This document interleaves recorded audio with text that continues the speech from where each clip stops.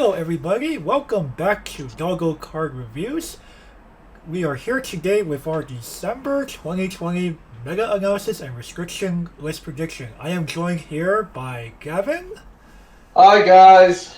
And then we have, returning from our February 2020 Mega Analysis and Restriction List Prediction, Mike. Hi everybody! So, Gavin, Mike, are we looking forward to talking about what is supposed to be an actual list this time? We'll see Polls how that watching goes. some Battle Reno's polls? Some actual changes? Alright. Alright then. So, guys, without further ado, shall we go ahead and iterate the current restriction list? Oh, okay. I'll do it. I'll do it again because Do it I again. actually know every single card on this bad list this time. Alright then, Nah. Gavin, take it away then. Okay, so for Capo we have Anzu in a swimsuit in the xylophone event. Little Busters, rest. You can stay in exile. Pulls no. For Haruhi we have World of Fading Colors, and we have information unleaking. Please, both of you die still. Stay dead. Oh, whatever. Oh, Marika, we have Nesquik's Marika. Oh, we have my fabled darling. Come on, girl, come on! Choose one of four. We have rabbits. What is that still doing there? Come on, Bushy. That's a little silly. That's a little silly. We have Akinari, Mr. Discard. Cordelia's Garden. What? We have boats with Junyo, the anti-salvage, anti-heal, and Riki, all on the same list. Yes, we have Action Bastard. Limit 1. Yes, James. He will remain at 1. He just... and we have the Monogatari franchise with Hachukuji Mayoi and Hanakawa. Choose one or two. I don't even know why that's still there. We have Love Live Sunshine with Yosero being at 1 still, and choose one of 4. We have Bong Meme with our favorite costume meme that will stay in the Shadow Realm, and then choose one of 3. Hino Logic, we have the Principal. Why is she still there? I really don't know. Kimono Friends, we have Hippo and Alpaca, and we have Fate's Butchered List. Good Friends Chio, the Clock Encore, we have Azusa, and we have the 2 free refreshes. Alrighty. So I guess moving along, we're going to go ahead and go over our overview of our mega analysis here. So this time we're only covering the S tier and the A tier. We feel that B tier isn't really relevant anymore, to be honest, and makes this video like way too long. So we're just like Right. okay, you know what? S and A only, because 95% of players that you're gonna find at high-level competitive events are gonna be playing one of these sets. Right. On top of that, like, while the B tier is, well, they're definitely no slouches in the general sense of the word. They are just simply cards that you definitely find more frequently at your local tournament, more so than a regional or even national event. Or even Worlds. Or the Worlds, if you ever get a chance to go there. Oh. Congratulations to those who have and who will be going to there. Unfortunately, there is no Worlds invite this time around, but 2021 season, oh boy. Alrighty, so I guess with this overview, shall we go ahead and finally start going into detail? Yep, let's go, boys. Alrighty. Gentlemen, who wants Date Alive? I mean, nobody probably wants to hear my take on it because I think the deck that a lot of people are playing isn't even the best deck in the set. But To be fair, I think Gavin and I can probably say something similar. yeah, Yep. I know a lot of people are playing like the 8 standby build in Data Live, which is really strong and kind of a nightmare to deal with on occasion. But I legitimately think the level 1 Kotori is just a broken card.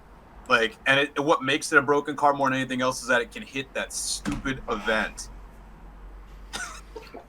Like, I think that event gives the deck a ridiculous amount of reach on top of the fact that your level 3 is trimodal, and you can just basically almost freely decide what you want it to do, like whatever fits your situation. So it's not like it has one climax combo; it's like it has 3. Right. And costing basically nothing. Yeah. Pitch 2 to burn 3 is the highest cost you have.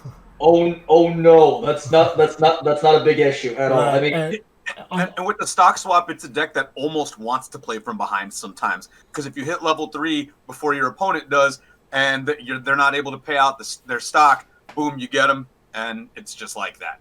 Deck does great from in front or behind. And on top of that, it's just very good. It's just playing very, very defensively with uniform Lotoka, it being a way to assign 1500 power to any character on the board you want, on top of having the ability to scry yourself on the opponent's turn. Yeah. With the 2/2 Toka. Oh boy. that event, holy, it's so versatile. It's a cantrip, it's a cantrip times 2 and a removal spell all in one card. What? Yeah, like this is what you call overspec. Yeah, they thought they were balancing it by requiring you to rest, but at the end of the day, like I think if they took the trade off of it, the card would be fine. But the fact that the trade mechanic is on there, for the cost of rest a character when you're playing a standby deck like that always has field, right? Or you're playing a deck where you're possibly plussing 6 cards a turn. Like there's never a lack of cards that you have in order to be able to rest for it. Right. It's just not a downtime. It doesn't help that that for the most part, the Gale doesn't care about its back row in general. Yeah. Hey, let me tap uniform look. Yeah, exactly. Feel uniform Lotoka, rest her. Oh, easy game. Yeah, card's nasty in and of itself. Yeah, this is definitely one of those sets that needs to be hit, and bad. Like, this thing, instead of being overrepresented, it over-converts, it's yikes. Holy shit. If you haven't picked up your playset by now, I would highly suggest for upcoming World Grand Prix. Like, if you want to win, yeah, this is easily. Oh boy. Yeah, it's overrepresented like Monogatari was, except that the set's actually good. So. Got him. Oh, I mean, there are just so many cards in this set that we couldn't fit them in our 3-card preview. And it's like, god damn. We just had to pick like the 3 that we think are the most prominent, and it was definitely My Little Shido, Uniform Lotoka, and Worst Spirit Kurumi. Yeah. By the way, even if they hit like Kurumi, there's just like, yeah, get rid of that card. Data Life still has plenty of other firepower to deal with. Dude, the Origami level 3 is insane. It's the best version of that card that's printed. The best version of that mechanic. Ping 1 on all of it. Okay. Like it's just ridiculous. I mean, the uniform look, an uncommon they revealed at the end of the spoiler cycle. We thought, it's not gonna be that good. Plays it. Yeah, this card's busted. Please hit. Please hit. But we'll get to our predictions later on. But all 3 of us, I think, have established Data Life needs to be punished in some way, manner or fashion. Right. I think the reason Bushi announced even early ahead of time that they were going to be doing this earlier restriction list is because of that. They're seeing it so prevalent in all of their smaller, regionalized WGP events that they've been running out there that I think they realize, yeah, this is like Nisekoi season all over again. I mean, man, I hope Japan takes U.S. data into account, because we're about to have ours, and oh boy, I hope you gentlemen are prepared to see a lot of data live. Tell me about it. Oh boy. I guess we gotta move on to the next behemoth here of SAO.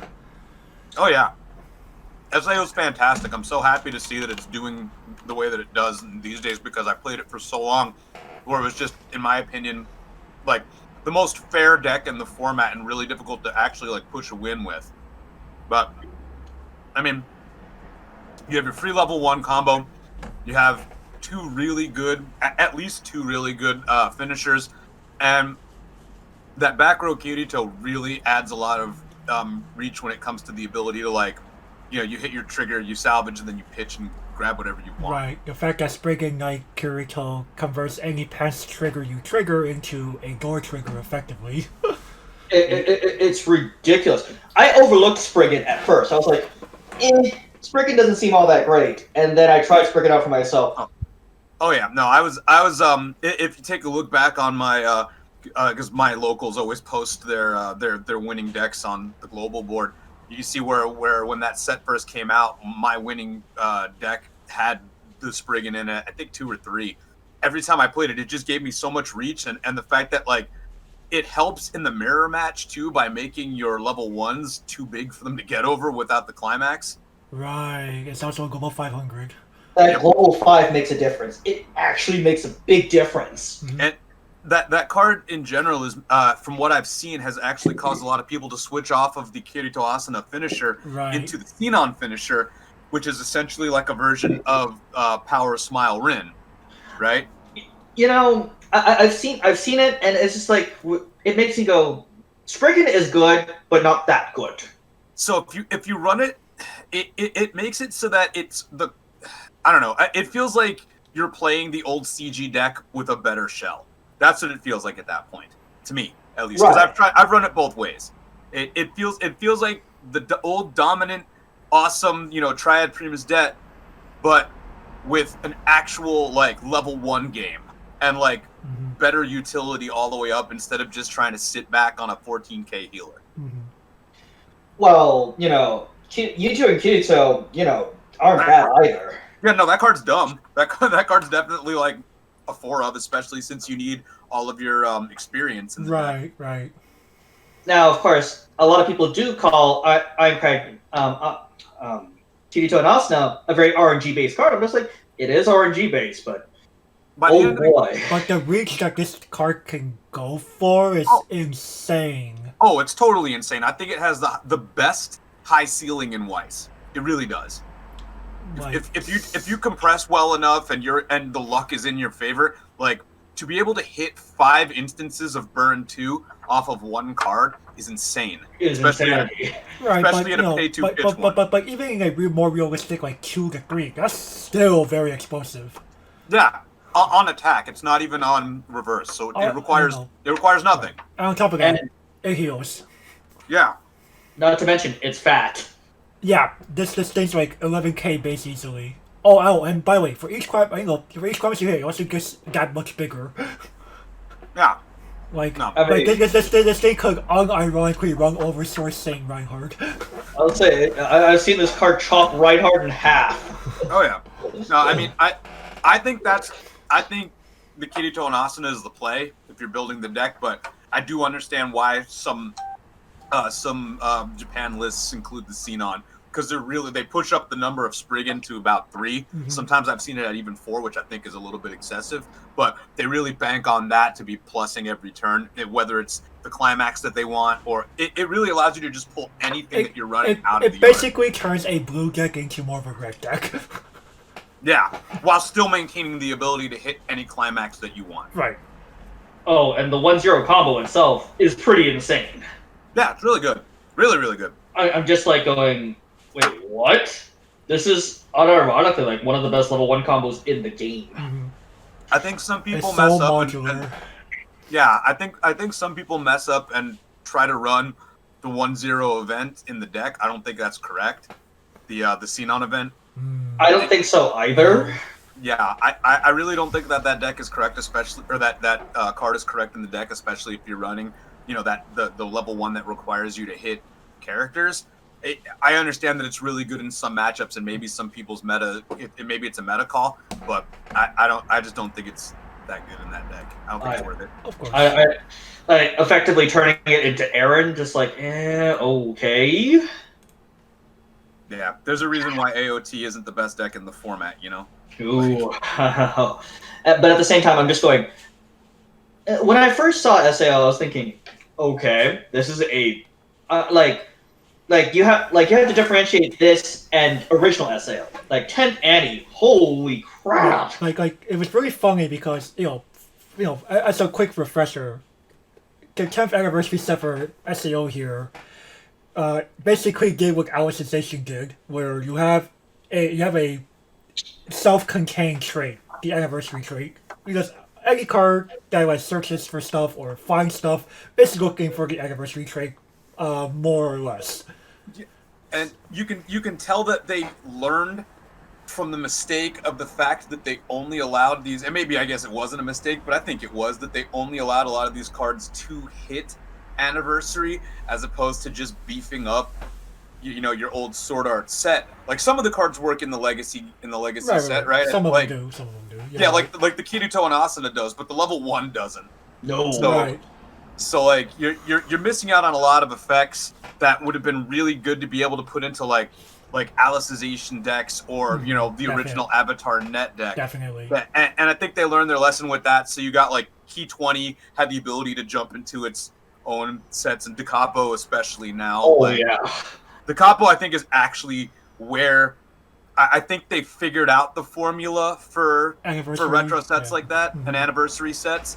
So that's a plus, I guess. But I don't know if they're ever going to do anything with any other anniversary sets. We'll see what happens, right? Only time will tell. Yep. But as we were saying, holy crap! What's funny is SAO was always a stable deck. Definitely. It never got out of hand. No, it never did. It was very fair. It was always very fair. It was fair but capable. Yeah.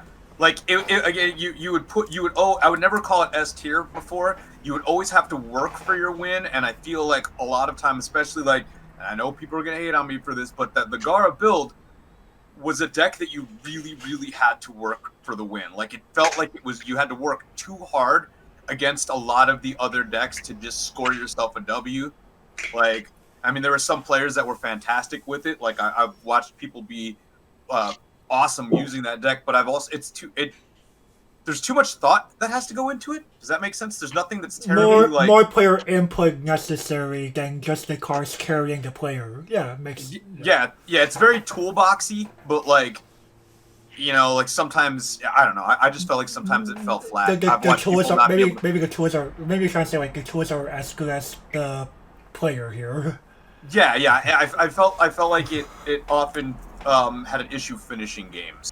Of course, that makes sense. It was. Yeah, but the new stuff, the new Sword Art deck it's solid. Nothing's interactive. You don't need reverses. You just do what you want to do, sort of, and you get to kind of decide exactly what you're gonna do. Like especially with the level 1. Do I want to milk 1? Do I want to milk 2, 3? Maybe 0. It's very, very versatile. Yeah. I mean, Tantei just allows the pilot to turn their brain off. Yeah. For the most part, yeah. I am excited to see what they do with the new Alicization set, I'll be honest. We will see. Alrighty. All right. Then moving on, we're going to go over to another behemoth of the format, Saekano. Yeah. So how did this escape punishment last time? Because last time I feel like the deck didn't put up enough numbers prior to the previous ban. Yeah, that's probably it. I think, and I'll be honest with you, I don't think it's as easy, and other people will probably disagree. I don't think it's as easy to win games with as Data Live. Here's what I would say about Saekano. It's one of those decks whose success is relative to what you play against. You play against a lot of decks that simply don't build up walls or stuff to punish how many times you're gonna be like crashing into things or not being able to guarantee that your level 1 Megumi combo survives, then you will have a hard time, or if you don't go up against those decks, you will have a very easy time overall. But if you do get matched against people who are building up these 5-digit behemoths as early as level 1, you just sit there and go, I guess I die? Yeah, I feel like the deck also like banks on having to keep looping the level 1 combo. If you lose out on not being able to hit your level 1 combo, like let's say the turn before you hit level 3, then you're going to have a little bit of an issue because your opponent can just easily crash things in, and then all of a sudden you have no level 3 game, right? Like, because your level 3 game requires a reverse. Right, and one of the key things about Saekano is if you don't loop the Aaron combo repeatedly, if you only get one turn of it, have fun with your hand bleeding and clocking every turn. Right, there's that problem. Okay, another thing is this. Saekano's relevance is also starting to taper off in the fact that, the Megumi combo and JC are Betrayal and Party Uta here. Those are still very good cards, period. But the fact that fewer and fewer decks actually need to reverse to pop off means that the relevancy of these cards really drops off the radar. Yeah, like half the reason I feel like you use JC is if you don't hit that climax the turn before you're about to play your finishers out, you use that to bounce so that your opponent can't reverse their own characters. And I don't know, the deck is fantastic at is memory compression, right? Yeah. I think it's aside from the new Capo decks, I think it's probably the best memory compression deck in the format. Maybe people disagree, but I feel like that it has the most ability to send because none of its cards really have a limit on how many cards need to be in memory.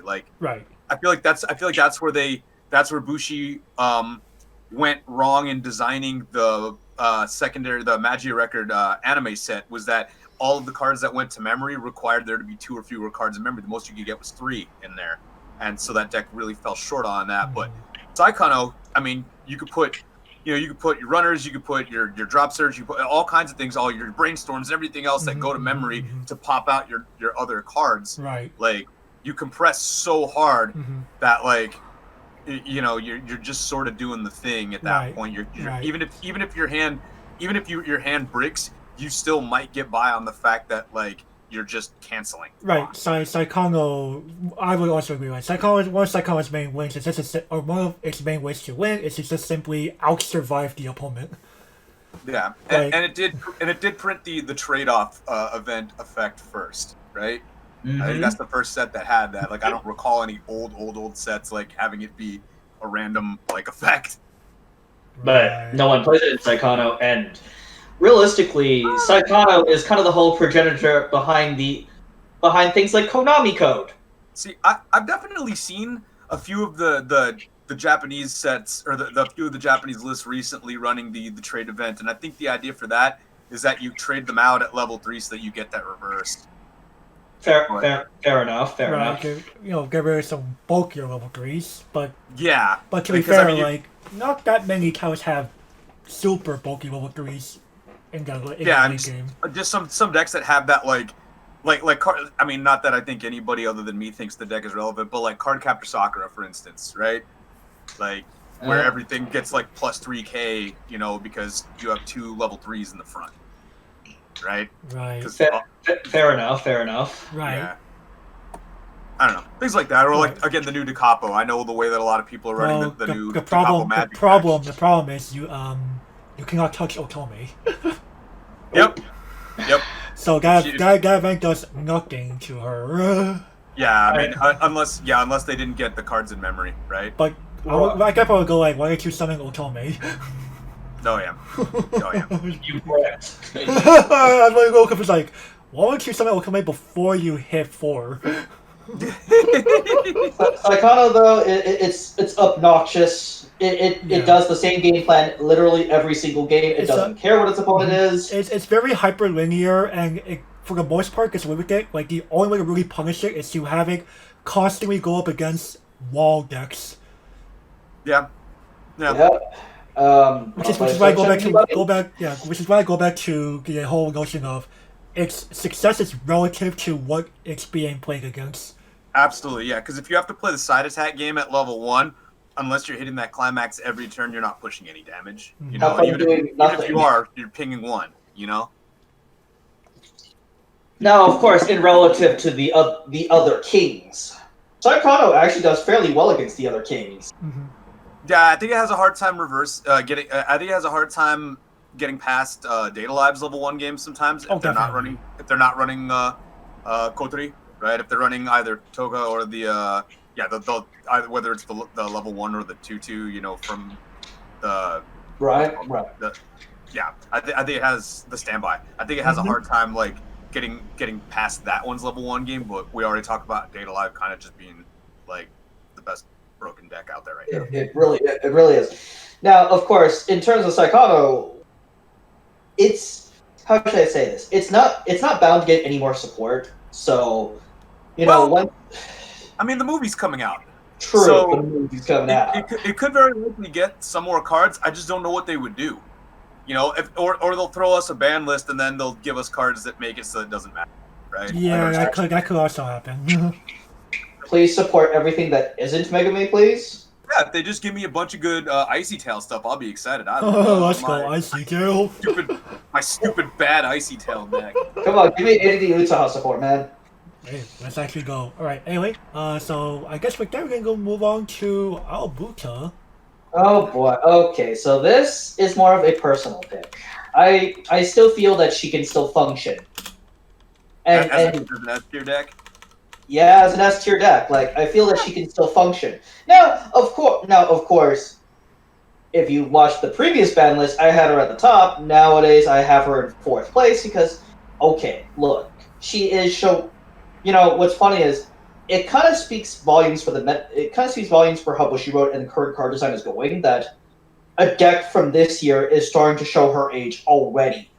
It hasn't even been a damn year yet. I'm like, what in the Sam hell? Well, so I mean, your level 1 combo, like depending on what you're running as your plussing combo, I guess, right? If you're running the level 1 yellow combo, it's like a worse version of the Kirito combo in Sword Art, Right?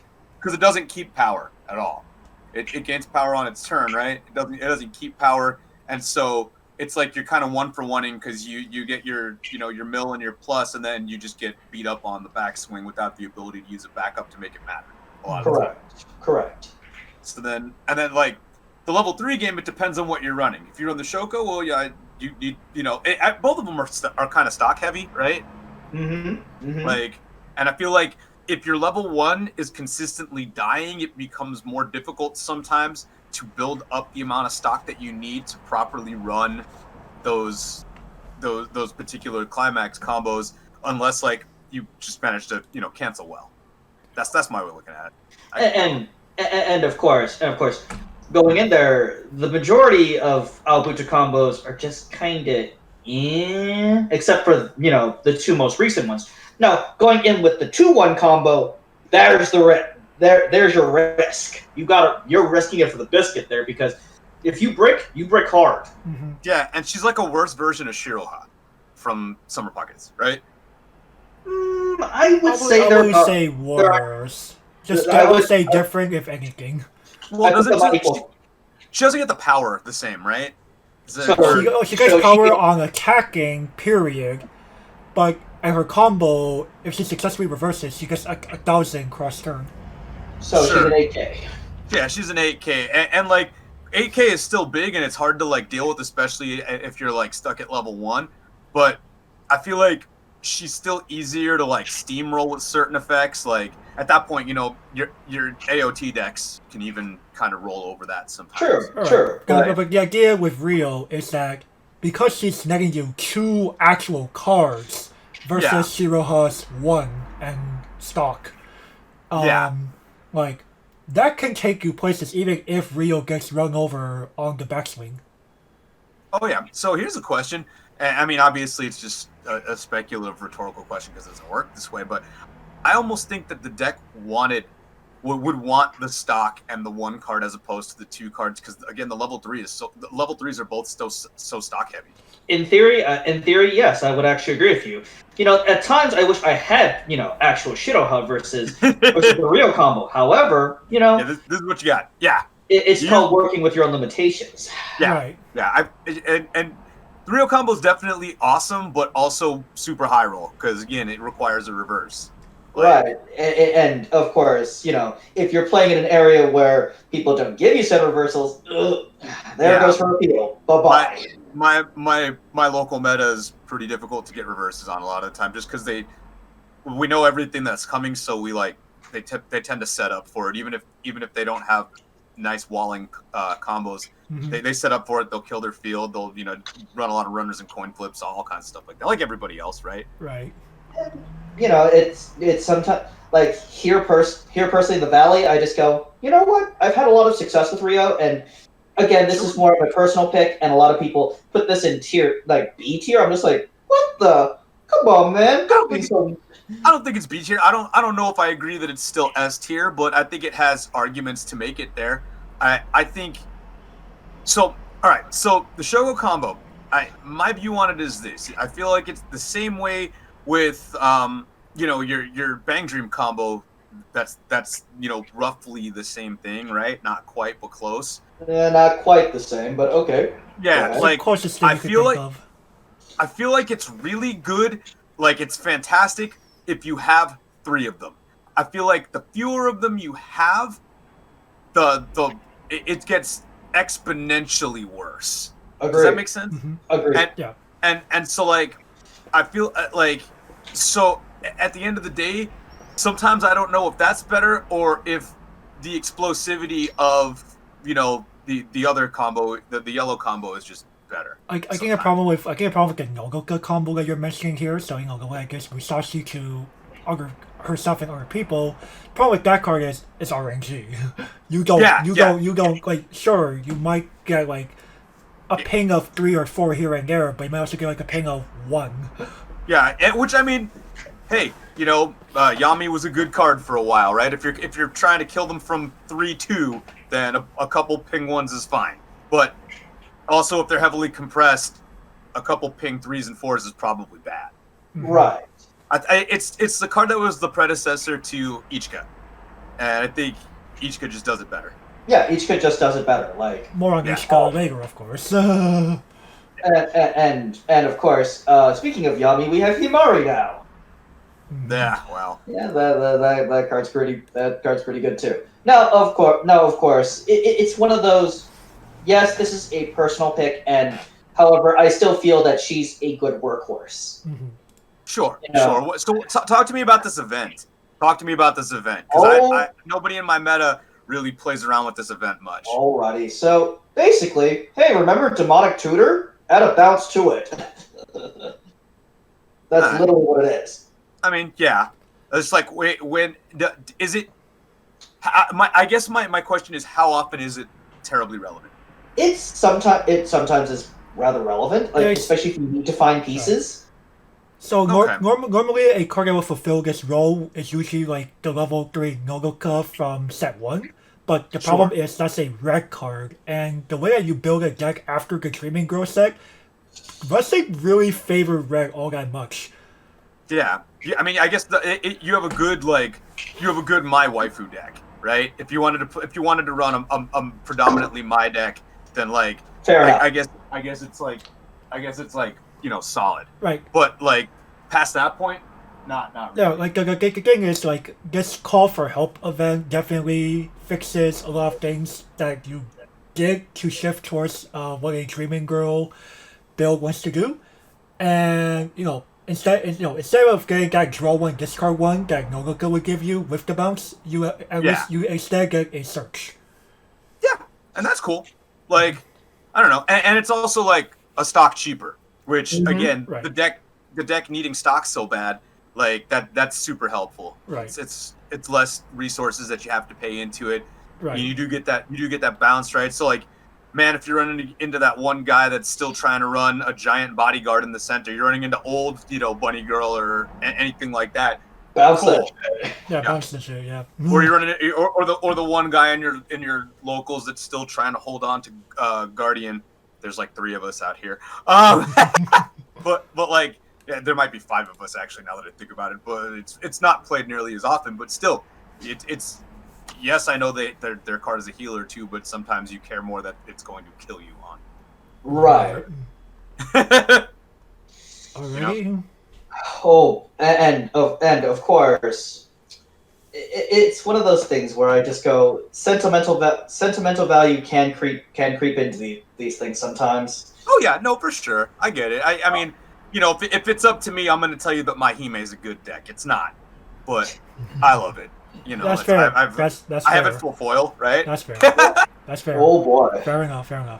Alrighty, so I guess to conclude our S2 here, we're gonna go on and move over to the one of the newest and hittest, Quintessential Quintuplets. I like this deck. I like this deck a lot. I love this deck. I think this is. I definitely agree that it's the weakest in the S tier meta because I kind of hold it at like an A plus.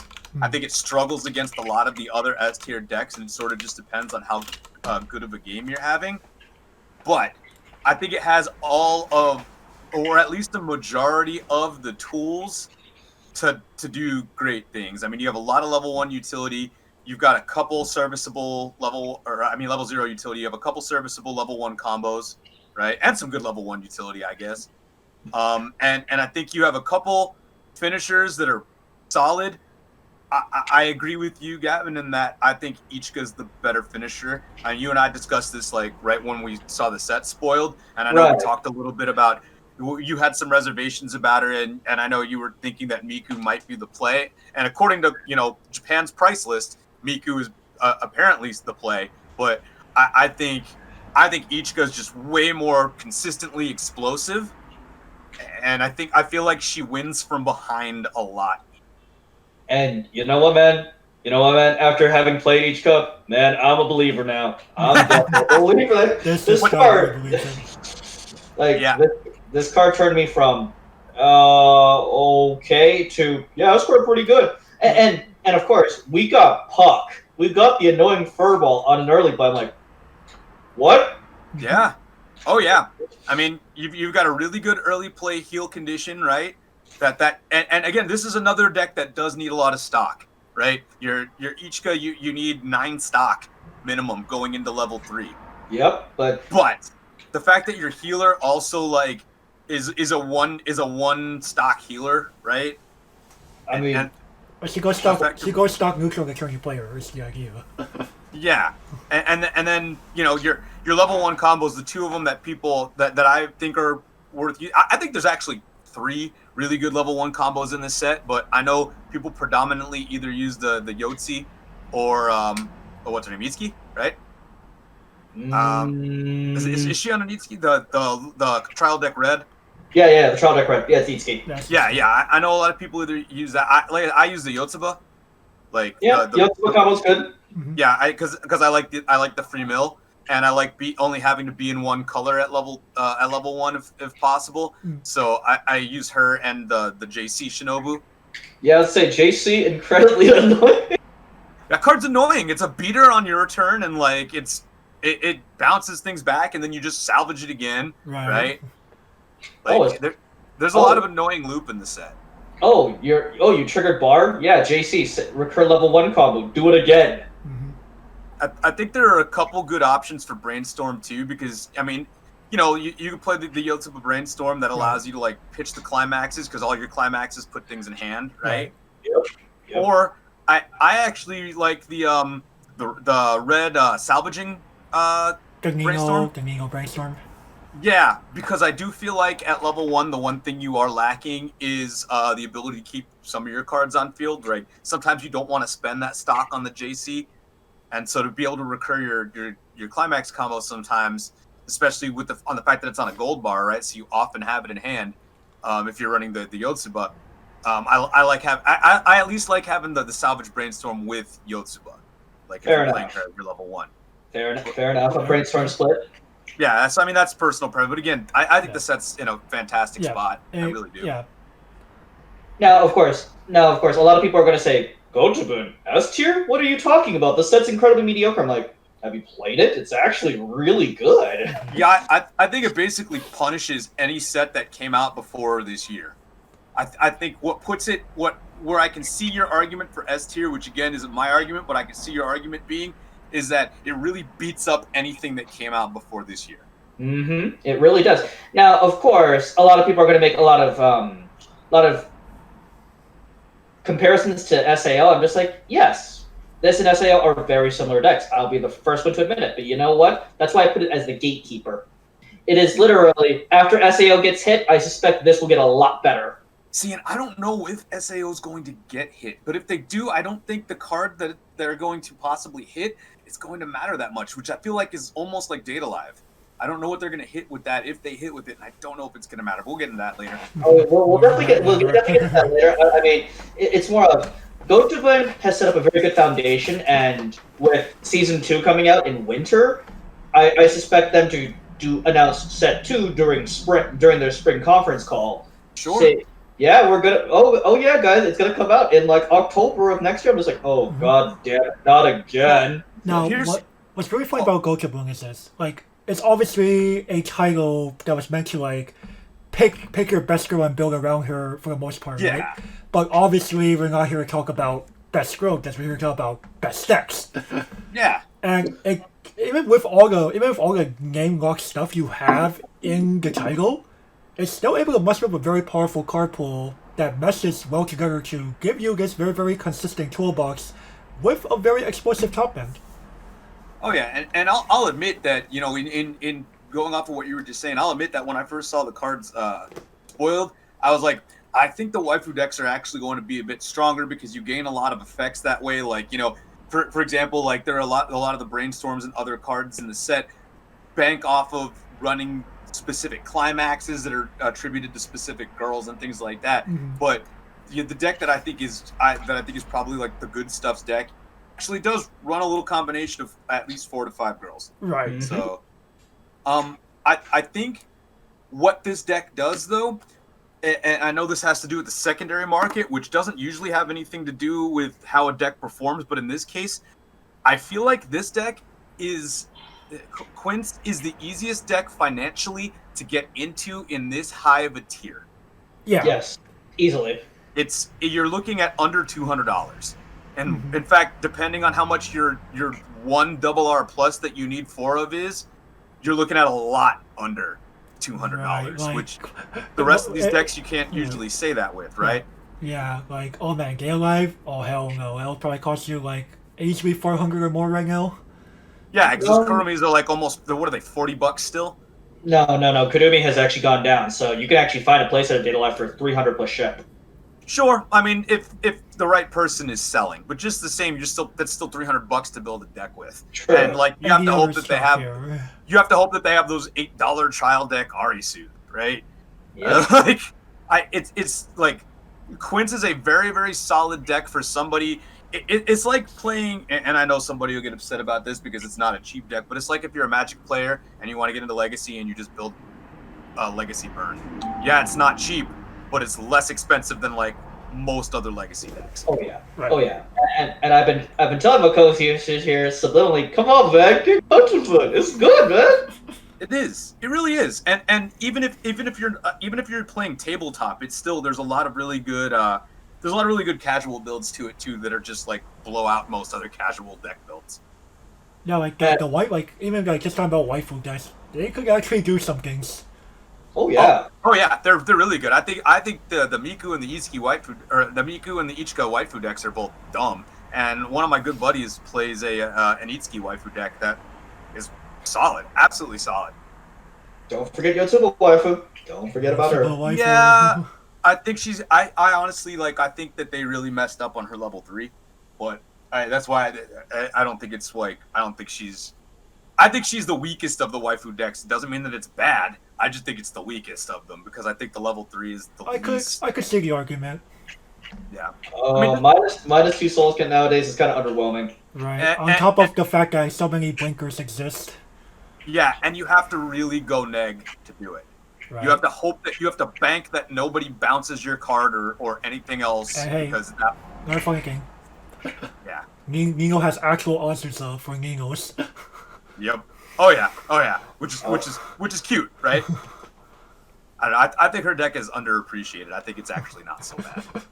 But anyway, yeah, final thoughts on Gochujang or just like the S tier overall, guys? If you sit across from one of these 5 decks, yeah, be prepared for a fight. Yeah, I feel like, and I'll be honest, like, so in my personal opinion, I think what I would consider S tier right now currently is even a little bit more open than this, and I think that's just because Bushi's power level that's been printed over the last year, I feel like some of the decks that have come out with are either underrated at this point because they're like underplayed, or people just aren't really looking at. But I think S tier is even a little bit more open than this. We'll talk about it when we get to the other decks. Definitely. All right. Well, speaking of, let's go ahead and move on to the next tier down. Let's move to the A tier. A Alrighty. tier, yes. Oh, Konosuba, a lovable favorite, right? It's they put out that new set, the Crimson set, and like it just created another deck that was a linear nightmare to deal with. You can lose one way, or you can lose the exact same way, but with different cards in another deck. Right. Like, I don't think it did much to like change it, except for a little bit lower the price tag. Yeah. Which Not even much. It's not a bad thing overall. We want to make these games accessible. Yeah, I would argue that I think that there is a Konosuba deck that is probably S tier. That's one of my arguments there. But talk to me about this. I know you guys have opinions. Okay, so the reason why I'm going, okay, the queen of the A tier versus being a member of the S. So if you watch the last video, yeah, it was S tier, definitely. Now, the reason why I feel that Konosuba kind of suffers a little bit in terms of its level 1 game. Like, the metagame has really, really been not so friendly to Konosuba's level 1 game. Everything else about it is fantastic. Mm-hmm. Level 2, level 3, and level 0, fantastic. What holds this deck back is its level 1 combo, because your level 1 combo options aren't great. They really aren't. They're not. So, I mean, I don't know. I think... yes, Bunny Girl Union has a very, very high reach, but you actually guarantee she runs over something, and if people know you're playing the card, they'll be like, how do I yeet my board before that happens? Hot take, I think Bunny Girl Union is an overrated card and has been for a very long time. But I think that the new Megumin is an underrated card. And I think it's going to remain that way. And I think people don't see it as good as it is because of its trigger, which is silly because Gate's like a good trigger. It just doesn't allow you to necessarily recur it as often as, the Saekano version of it, right? Right. So the reason why I don't personally like that combo is just more of it doesn't give actual advantage. It's the main problem. It doesn't give me actual advantage. Yeah, it's virtual advantage. Sure. If I want to gain a real card off of it, I have to trigger climaxes, which I don't want to do in a lot of cases. Sure, but again, it's I have the same argument then with the Saekano deck, right? Like it's because it's the same combo but on a different trigger. And again, I know people are going to argue, well, you can loop that trigger a lot. Yeah, but when you hit, then you also have the ability to blind stock other things. In that case, the argument I would put there is Saekano has simply a lot more utility than Konosuba. Sure, it definitely has it it compresses, and Konosuba doesn't. Konosuba doesn't really. No.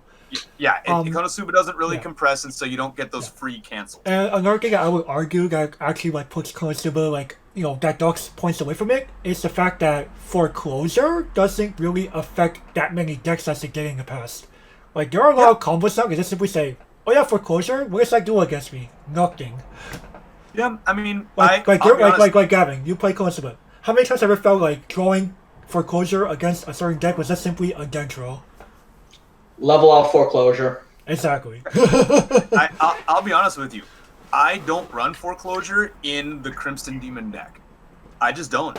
Like I know, and but I'm also running mine like mono red because it's just more consistent for me. I know people are running it 3-color now, so they get the yellow event. I know people are, and they like the level 3 aqua because it's like super under spec for what it does, right?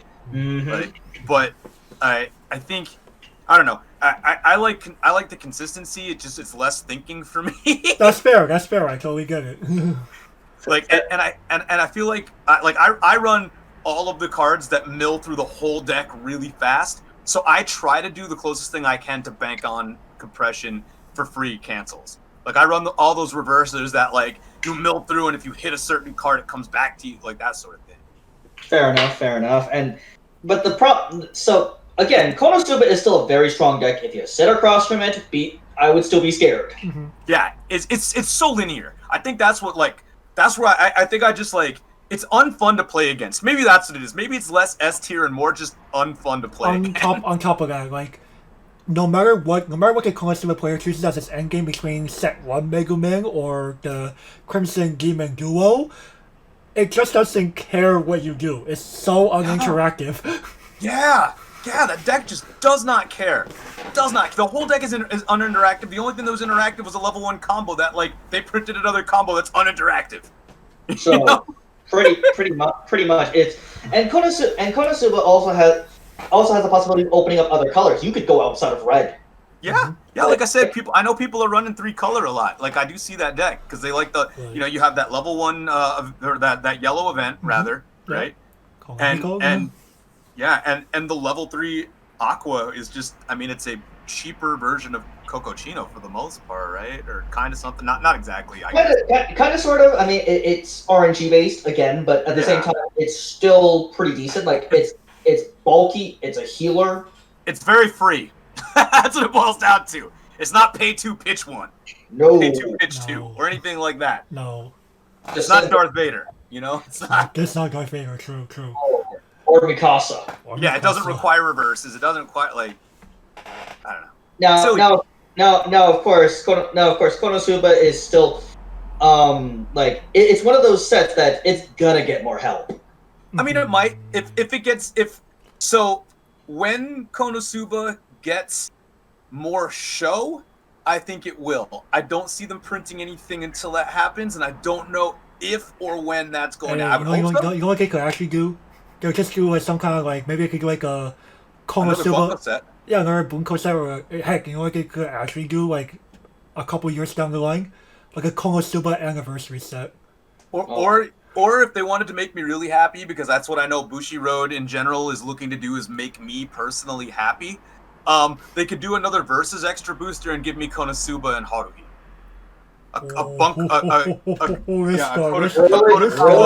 This guy. Of course he would say that because they're actually both under Kagokawa, so he's not entirely wrong. It just could happen. But I mean, if they can put a key set and a circus set in the same set as a versus, come on, man. What do you call Sneaker Bunko, sir? What's that? What do you call Sneaker Bunko? Come on, man. That was what Haruhi support. I mean, that's the only reason I cared about that set was because I got some Haruhi support. It wasn't enough. They were dumb and didn't print the early play bomb backup on a Haruhi card, which they should have. But other than that, like, yeah, I don't know. That's good. It's fun. It makes a bad set playable. Let's call it that. Not necessarily good, but it makes a bad set playable. And I don't find the Bunko set by itself as low tier as everybody else does either. I think for sure. All right. Well, I guess moving on. Let's go over the next behemoth here, Grisaia. Oh no! Grisaia is so good. Like, that's another set that I argue often as S tier. Like, I think it just has everything. It's got memory. I think the only thing it's missing, because it's got memory compression, it's got really good utility. I think it's got the best JC Shinobu in the game. And like, you know, everything else, I think what it's really lacking is an explosive level 3 that matters. Like, I think the level 3 is like what was the predecessor to Kurumi, and it's just not as good. Yumiko's a shitty Kurumi. That's all she is. Yeah. I think the thing with Grisaia was they wanted to avoid making a 2020 Konkole. Yeah, I can see that. Because, you know, they gave a new form of anti-heal, you know, instead of paying to start your Diction cards. Yeah, which, I mean, early in the game, like, I don't know. Like, I don't know. It can be definitely rough, especially... I just think the deck has so much good going for it. You even have a rest counter, right? You have a playable rest counter because you don't really need stock, because you can play out 3 of your level 3 for 4 stock. Like, and the thing with Grisaia is, okay, so last night was my first real exposure to Grisaia, and holy crap, it was whipping me quite hard, because I was just like, okay, because again, the anti-heal is very annoying. So is JC. Sachi's cooking is not terrible. I think the biggest issue Grisaia runs into is that if you run the red combo, which is the only defendable one and probably arguably like maybe the best one. I know other people argue that it's not, that the yellow one is, but if you're running the red combo, it's 8 deck slots. That's the issue. Right, as opposed to 4 with the yellow combo. Now, the thing is that Grisaia has a really big gap at level 2. Like, it doesn't really do much at 2. No, it's like because your early play is a Musashi, right? Like, I mean, I guess there's an early play like healer, but you don't want it because you have an anti-heal. Right, and So like, and the, I don't know, what's up? and the thing is that okay, it's really good. It's really good at what it does, but outside of it, outside of it, it just doesn't really excel all that well. So, a very well underlooked deck in Grisaia that not a lot of people play, but I've had to like look straight in the eyes too many times, is the green deck with the +2 soul combo. That's constantly recurring because you just pay 3 and bring the climax back out. Right. And like that combo is insane because it's like, okay, my options are I either deal you a ton of damage or I gain a ton of stock compression from my waiting room. Right. And the fact is that the fact that you present your opponent with those choices, you just go either lose the game or give me a bunch of resources. I go, neither of which sound very good to me. But again, Grisaia is one of those sets where you just like don't underestimate it. Basically, is what I'm trying to say. Like if you sit across from it, you have to respect it. Yeah, it's a deck that requires respect. I think if, like I said, I think if it had like a more explosive level 3 combo that was a bit more free, right? Because you could always go with the Machina level 3, but it's not. You need something that allows you to pull enough stock for your rest event, for defense, right? And so if it had like a better free level 3 play, like I think the deck would be even better, and I think the deck would definitely have an argument for S tier. I still think it's there. Like I think like again like maybe the Calvin deserves fear, but as we are saying, it deserves respect. Yes. Yeah. Definitely. Yeah. I feel like, you know what? I feel like it's in that position that Sword Art used to be in. It's just the most fair of the really scary deck. And, like, 6 months ago, I had basically no respect for Grisaia. Now, I have a shit ton of respect for it because it's good. It's really good. Now, the things that hold it back from S tier are it's endgame. It's levels 2 and 3. Like, Yumiko, kind of mediocre. Your other choices, kind of mediocre. So, but then you have to look at it too, though. Like, because of the anti-heal and the fact that it does compress to memory pretty well, like you also may be getting those free cancels, and you may be stopping your opponent from being able to stabilize. And if you stop your all right, dumb scenario, but think about it like this: your opponent has a bunch of like early play healers, but they don't heal the stock, right? So there's they're either wasting resources to put out a heal, or they're just not playing the card early, in which case if you hit level 3 first, you stock dump them. So I don't know, like I think there are definitely I think the deck part of what helps it to function is the synergy. It's very synergistic. Yes. Oh, and that 2 soul bomb is dumb. That 2 soul bomb is incredibly dumb. I was like, what? I mean, yeah. Like, damage economy? Nah, no problem. Before we spend all night talking about miserable experiences against Grisaia, let's move on to like your favorite deck. Alright, so Love Live Sunshine. This is where I gotta take over now because people know me as Mr. X Choose One for the past 3 years now. And there's a reason why it has so many Choose Ones. Like, no matter what you do this thing, it finds a way to be stupidly destructive as early as level 2 just because the Mirai ticket package exists. Like, that package existence just makes this thing like okay, sure, it may not have like the most explosive level 3 game, but if it starts to like do like extra instance of damage at level 2, that sounds pretty scary.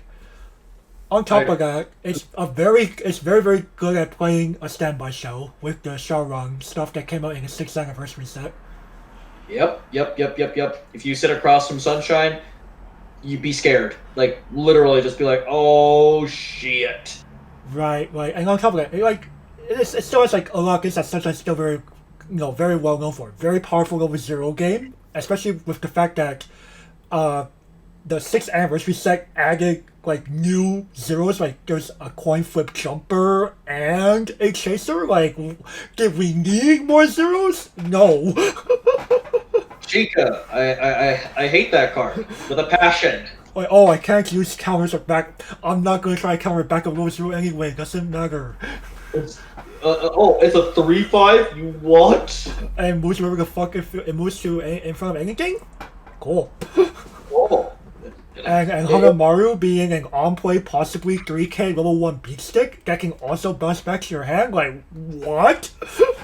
That's amazing. Like, that deck feels so good. Like, of course, a lot of people tout, well, level 1 Bunny Girl Chica. Like, yeah. the fact that you're playing this, the fact that you're most likely playing Love Light Sunshine as a standby deck, like, you know, let's be honest here, let's not talk about the other decks that don't really exist. But, okay, you can get one off and still be stupidly ahead, because that's how powerful you're gonna snowball. That's perfectly fine. You don't care if you get one reverse off. Like, you don't need that's to fine. Like, okay, sure. I have a Love's Mermaids Ruby Kurosawa in the back row, ready to beat your face in next turn. Is that the 2/2 Tubby? Yes. Oh god, I hate that card too. I hate that card too. And the angle on top of us being able to play the Mirai ticket package from the extra booster, like this deck can still hold its own even with 6 different restrictions. I mean, she hasn't reclaimed her former glory yet, but hot damn, do not underestimate her. Like, there's a reason, like Sunshine is one of the reasons why Saekano is not like overly dominating the format. Oh hi, hi Aaron, crash into 2/2 walls. Right. Walls. Saekano, I think one of Saekano's most difficult matchups is Love Light Sunshine. Easily. Oh, speaking of difficult matchups. Oh boy. Welcome to Wallsville, population re-0. Yeah. The new Ray Zero set added a lot of what it was looking for, in my opinion. Like, I think I could agree with that. I think the new set, like, I mean, granted, I know everybody hates on Memory Snow too, which I think is a pretty good deck, but just that putting that set all the way out of the equation, the newer set with all the green goodies has really boosted the power of Ray Zero up from just being like a really good sort of like compression, like attrition deck to actually being like super formidable. Well, on top of that, even if you choose not to go for like say the level 3 Amelia combo, for example, you the fact that the puck early plays an option, like just adds on to like the attrition that Ray Zero was already known for doing. I still can't believe they added green. Yeah, wait, there's green in Ray Zero now? Yes. Oh. Yeah. And is it actually good? Yeah, it's actually really good. Like that level support, Amelia. What? Mm-hmm. What? Oh, and hey guys, actual search brainstorm that also lets you peek. And what is Ichika doing as a cat? Well, technically, Puck came first, right? Don't remind me, sir. I don't know. Like, there are so many good things that you can do with the set. Like, I feel like an Amelia Puck deck right is where it's at now, right? Like that, there's no argument there. Yeah, it's pretty good. It's pretty good. Like you're probably not running much in the way of any kind of maids at all in the new set or in the new deck. Rem?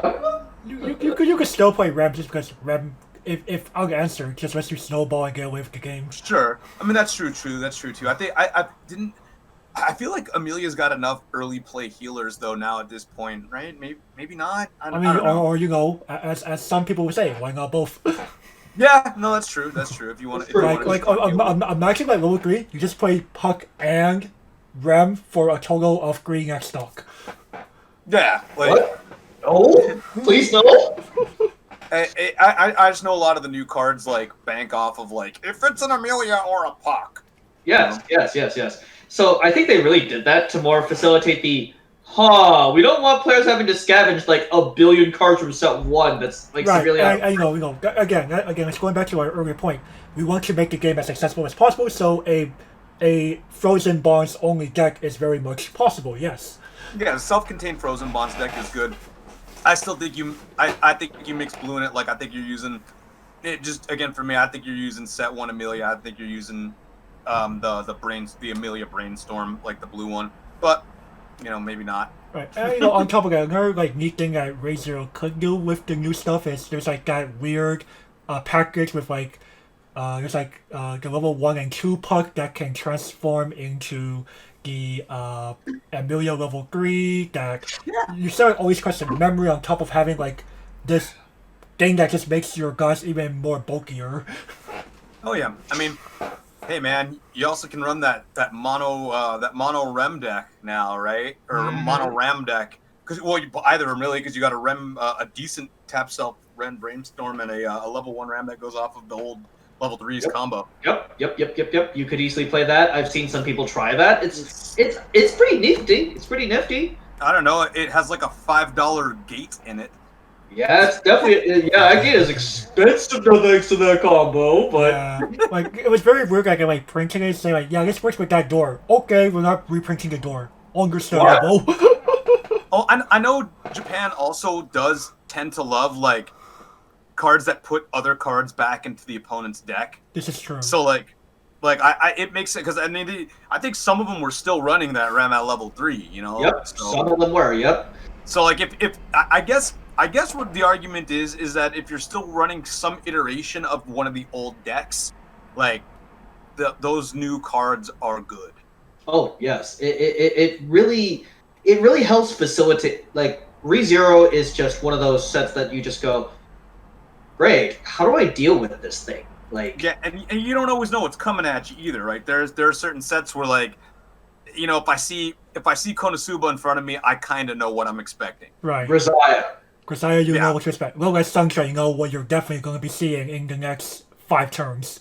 Yeah, or any of the S tier decks. They're pretty linear as far as deck build goes. But Re:Zero, you're like a little bit of. But Re:Zero, you're like, okay, are you going to try to go for a super attrition strategy, or are you going to try to blow me the fuck out of the water with Amelia at level 3? Like. Yeah, or am I looking at a dumb waifu deck that's still going to beat me up because I wasn't ready for it? Right.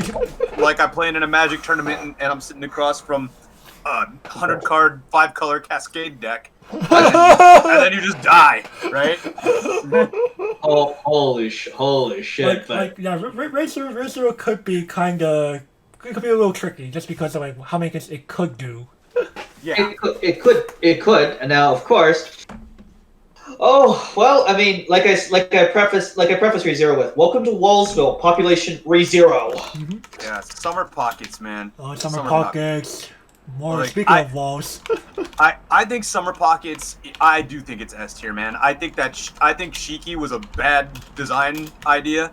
Like they gave a card trample.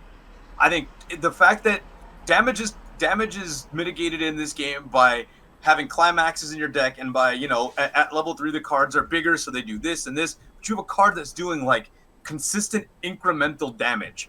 Shiki reminds me more like if you made Yami, but like better.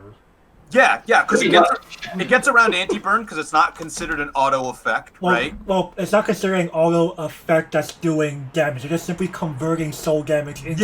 It's conversion of damage. Yeah, you're right. It's an auto effect still, but it's not an auto effect that's dealing damage. I feel like. What's really funny is like I find funny that like when they first revealed Shiki, they didn't have that text, but they're like, okay, fine, here's your reminder text. This does not count as damage done by auto effect. Yeah, no. When they said that, I was like, well, because I mean, again, you're dealing with trample. It's a trample mechanic in Weiss. Mm-hmm. Like if you're sitting across from 3 Shiki and you're like, 2-6 or 3-0, you are almost guaranteed dead. Mm-hmm. Like there's really no argument to it there because they're gonna deal, a minimum probably of 9 incremental damage at you, and maybe more depending on the trigger. Right. Yep. And so I think that card's super broken, and I think. Oh, on top of that, he also gigs. Yeah. No, and she digs, and so you can get more copies of that evil card or its climax. Right. And its climax allows you to salvage more copies let's of that evil Let's card. also mention the Shiki level support. Yeah, the level support that gives that gives 2 of them an extra soul. Yeah, So realistically, one more instance of damage. You mean? Yeah, like I said, they're always coming in at like a minimum of 3, right? Something like that, Right. and then all of us because she's base 1 soul. Yeah. Right. Yeah, so like you have the back row gives her the 2nd soul. You drop the climax, that's the 3rd soul, and whatever you trigger from there, you're good. As long as you're not across from like an empty slot, in which case then you just don't use the back row. Right. Like, it's such a broken effect. I think people are gonna struggle for a hot minute to decide what the shell looks like, whether Shiroha's still the play, which it might be, or whether the new double salvage is where it's at, which it might be. It might be. It might be. The ability to kind of +2 cards, like, is pretty good. And I don't know, like, because we talked about that on the 2-1 earlier in Bunny Girl, right? Right. The ability to +2 cards matters. Right. And well, on top of that, Star Pockets is already known for having like very decent utility overall. Yeah. Like you could still get away with playing the I and Ow engine to enable your Ow on play Azusa. Yeah, they even gave you more cards for that. Yep. And on top of that, the Umi early play is still very good. And dodges Grisaia's anti-heal. Yeah. Yep. So good. So that good. That card's dumb good, especially because of the color that it's in. It's in red, and you can if you're running the old Brainstorm, cool. I have red. You know. Or you're playing red because you're playing the IL package. Yeah. No, and again, that package I think is still good. I think it's definitely still. On top of that, because like how like little Shiki costs in terms of like resources in general, like you could get away with playing like the new Milky rest counter. Yeah. Oh yeah. That card's annoying. Yeah, that rest counter is really good. Like I think they gave the set a couple like pretty fun. I'm not gonna say casual, but like slightly less broken level 3s. Like I think there's an out early play that bounces and draws and ditches. How about this? Like I think, and I know people are silly about, like I said, about the Memory Snow deck. I think that Rem in Memory Snow, the level 3, is bonkers because it gets to choose when it stops milling, and it hits a climax and sends it to clock. Like, and the fact that you have that as a slightly more fairly costed version of it, but still like it's on a draw 2 ditch 2 stock one, the Shizuku, right? I think it was. So it's pay 1 pitch. It's pay 1 pitch 1 instead of like what Rem's like pay 1, right? So yeah, like, she's pay 1, yeah. Yeah, so it costs you an extra card in hand. Oh no! But I think that effect is really broken. I legitimately think that effect is super broken because you can go, oh, the first card, oh, that's a climax, cool, set that in there. The next one, I'm gonna mill. Oh, I didn't hit it on the first 4, but oh, the 5th one, yeah, cool, put that in there. Like, it's just really really stupid. Pretty fucking good. Summer Pockets is definitely growing out to be quite the great. Did Summer Pockets need a clean cut? Did it really need a clean cut? So it didn't, but okay, follow me on this one. Like it didn't, but the clean cut is like a win more, and definitely. You have some extra spaces now if you're not running the twins package, because you're not if you're not running the twins package. Often you're not running the level 0 that sends itself to memory. So you got a Rize in the new set, and you have a clean cut. You have some extra room to sort of weasel those cards in, because I think the twins package took a lot of extra cards to play. Especially with the twins package running Shiroha at level 1, that's also an extra 4 cards. Well, if you switch over to the double, who's the double salvage on? Is that on a Shiki? Oh, it's on an Umi. Yeah, it's red. It's red. Yeah. So it's on an Umi. If you switched over to that package, you're saving so many. Oh, and your level 3 saves cards too, because you're not running, 6 to 8 of those. The convoluted standby combo. Yeah, and a back row that you have to worry about at level 2, right? Mm-hmm. So like you're saving so much deck space that you have the ability to really utilize Summer Pocket's new utility and even some of their old utility. This is true. And It's the best of both worlds. If you're in red, I think there's that dumb card from set 1. I used to run it as like a one of it, like stuns things. It's really good. I don't know. There's just so much. There's so much use of utility. There's just so many good cards too. Like, oh, we didn't even mention like green got a buff too. Yeah. There's the Milky. Yeah. The Milky's got some stuff. Dude, the Mugi level 3 early play is really good. It's awesome, except better. Yeah, I still think she's got a garbage level 1 game, but the other level 1, the Fever level 1's not bad. That's not terrible, not at all. Gets you through your deck, like, right? It knocks 6 cards out of your deck pretty quick. Draw two ditch one and you have Fever. Damn. I like I said, I run the Fever Shimakaze and Capo because it's defendable, like comparatively, and so like I don't know. I think Summer Pockets has a couple really good builds and like one pristinely fantastic build once people figure out exactly what that shell looks like.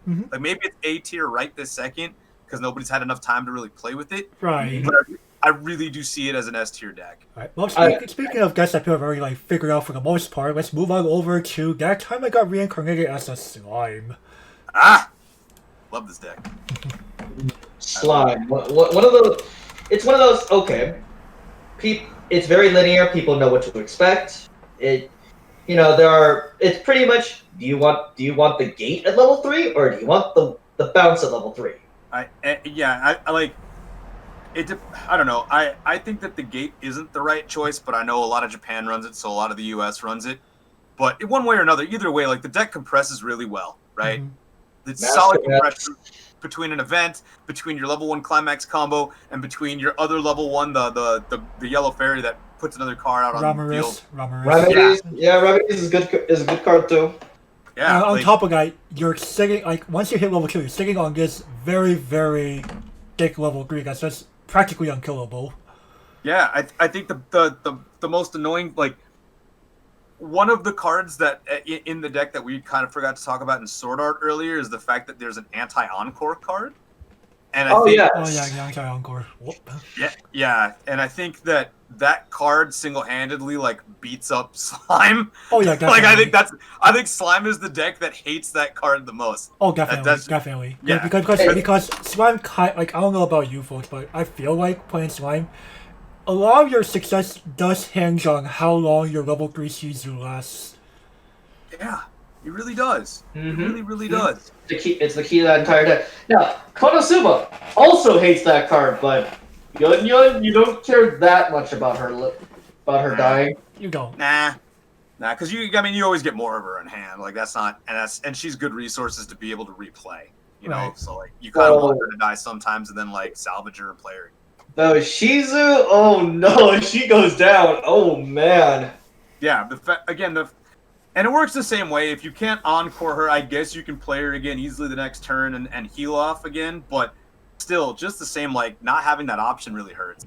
Right. I feel like you rather than not be the case, but it's very funny to see like how we're seeing Slime become like more like in a way a bit more of a Saekano-like deck, but with an actual bridge. I feel like it's a really good attrition deck, the way that a lot of people play it, and I feel like if you run the Rimuru level 3, it's very explosive.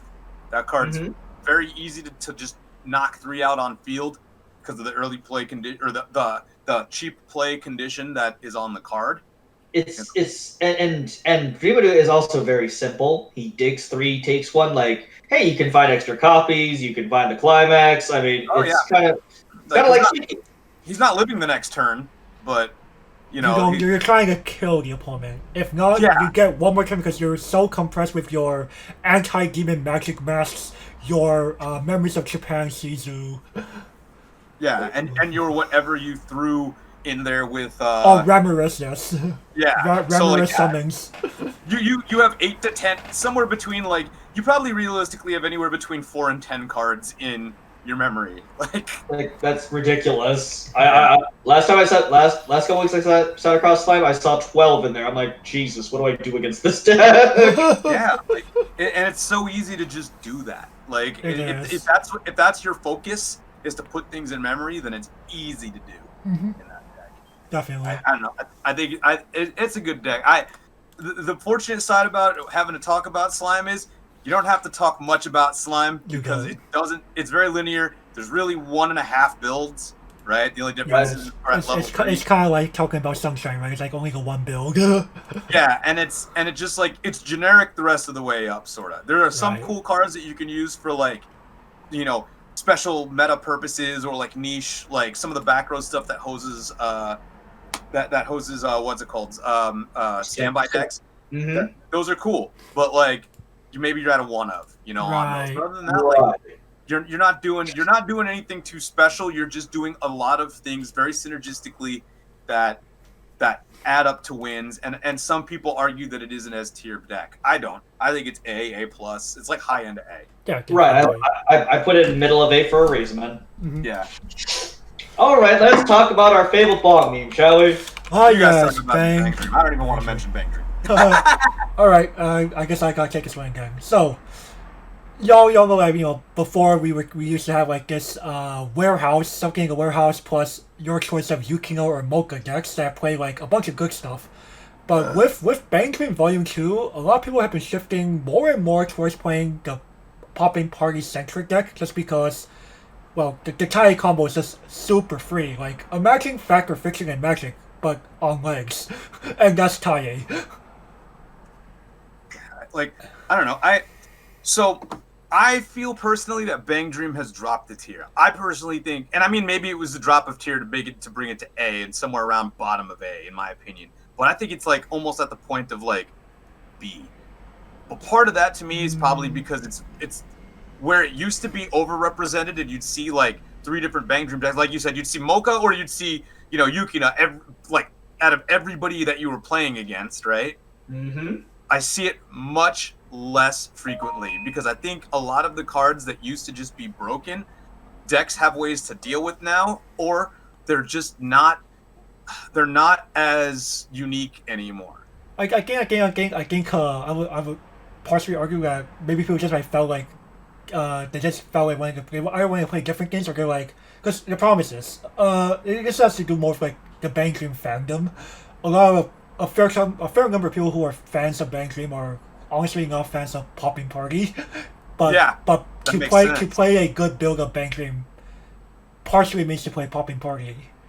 Yeah, and to continue where I left off here, you have Tantei that then branches you towards, being able to, you could like stack a standby on top on purpose to bring out your popping colors Saya, a near invincible 2/2 that just beats your face in for 2+ damage every turn, and you bridge this all the way until you hit, you get your self-sponsored live Kasumi combo, and my goodness, that card can just win against out of nowhere.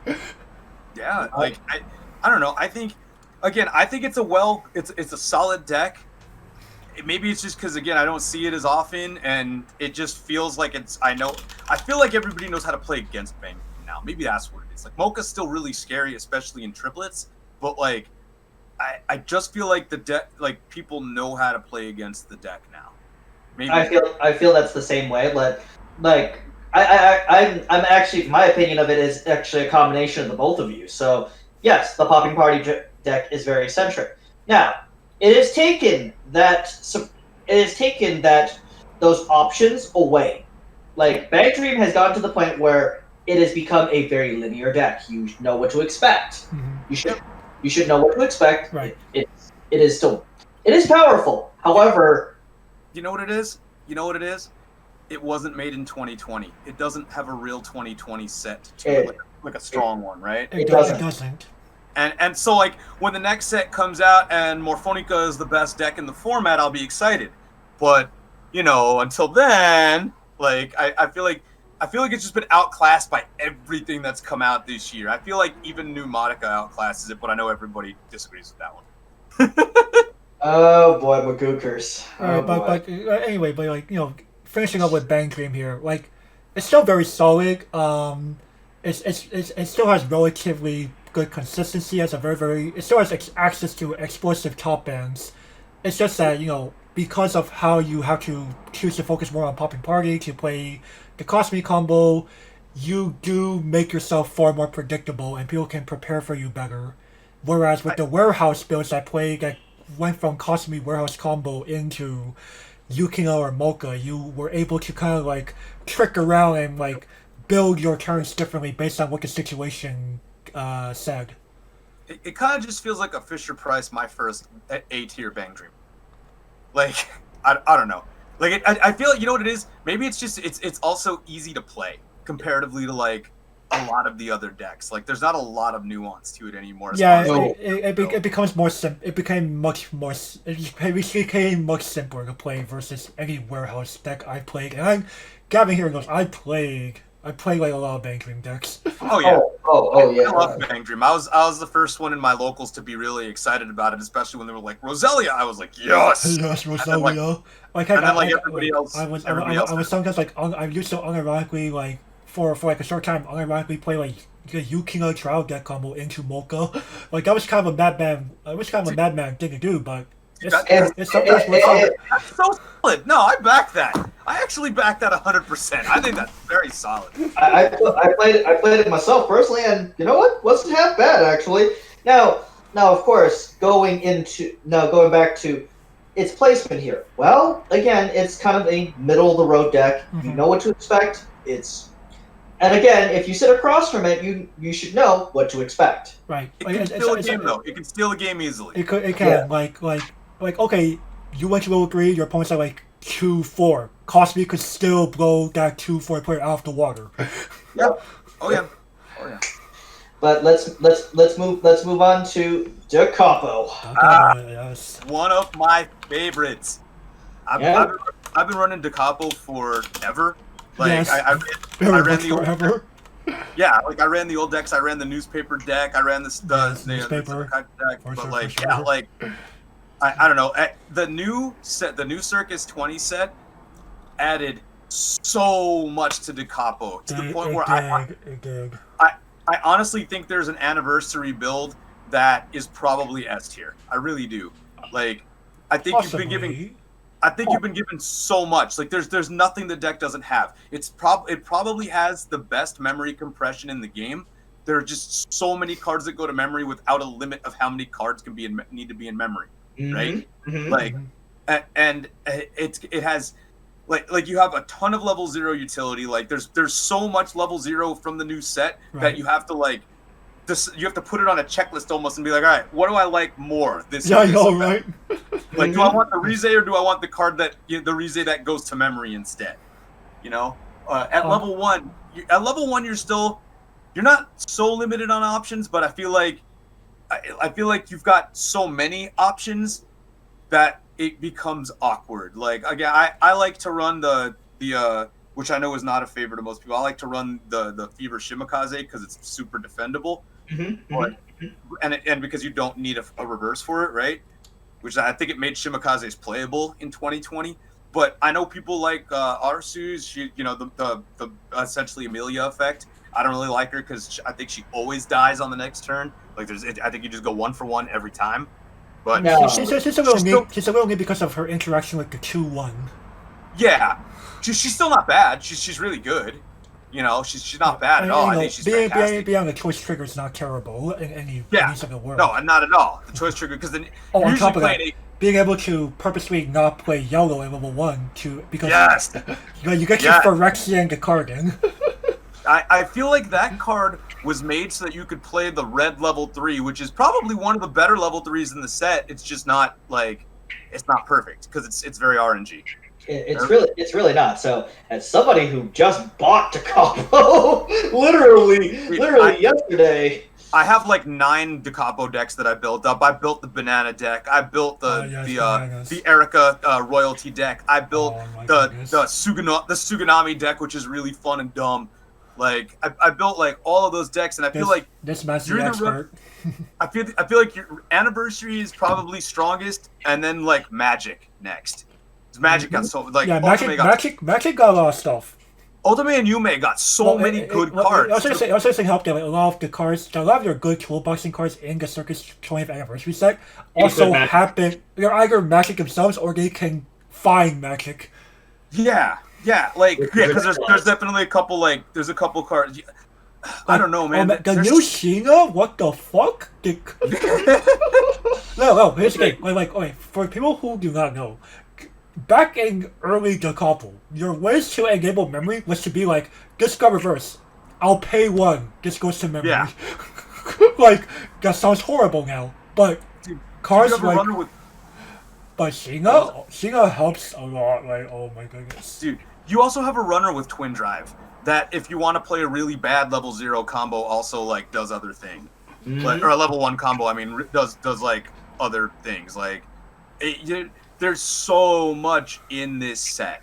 In the Circus set that again, I feel like it pushes it over. You have so many options. You could run the new Yume off of an old, level 1 combo it's basically the Clannad combo from Key 20. You on attack you get to salvage for however many of the climax. Right. And there's an old 2 soul that it's on. So that will explain why it's expensive. I forgot about the +2 soul.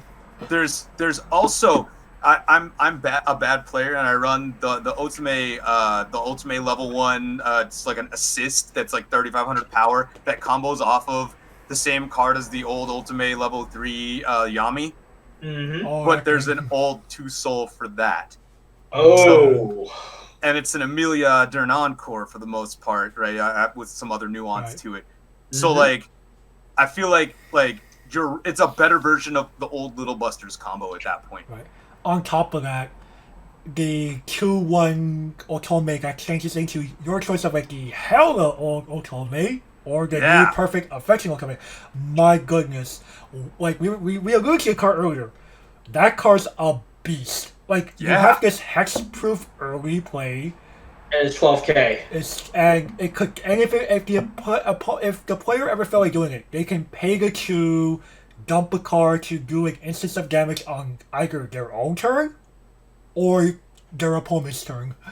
Oh yeah, and then you have your level 3, the new Dal Segno card at level 3. The yellow one. Himari. Yeah, the Himari that she's everyone's favorite hat girl. It could be Yami on steroids.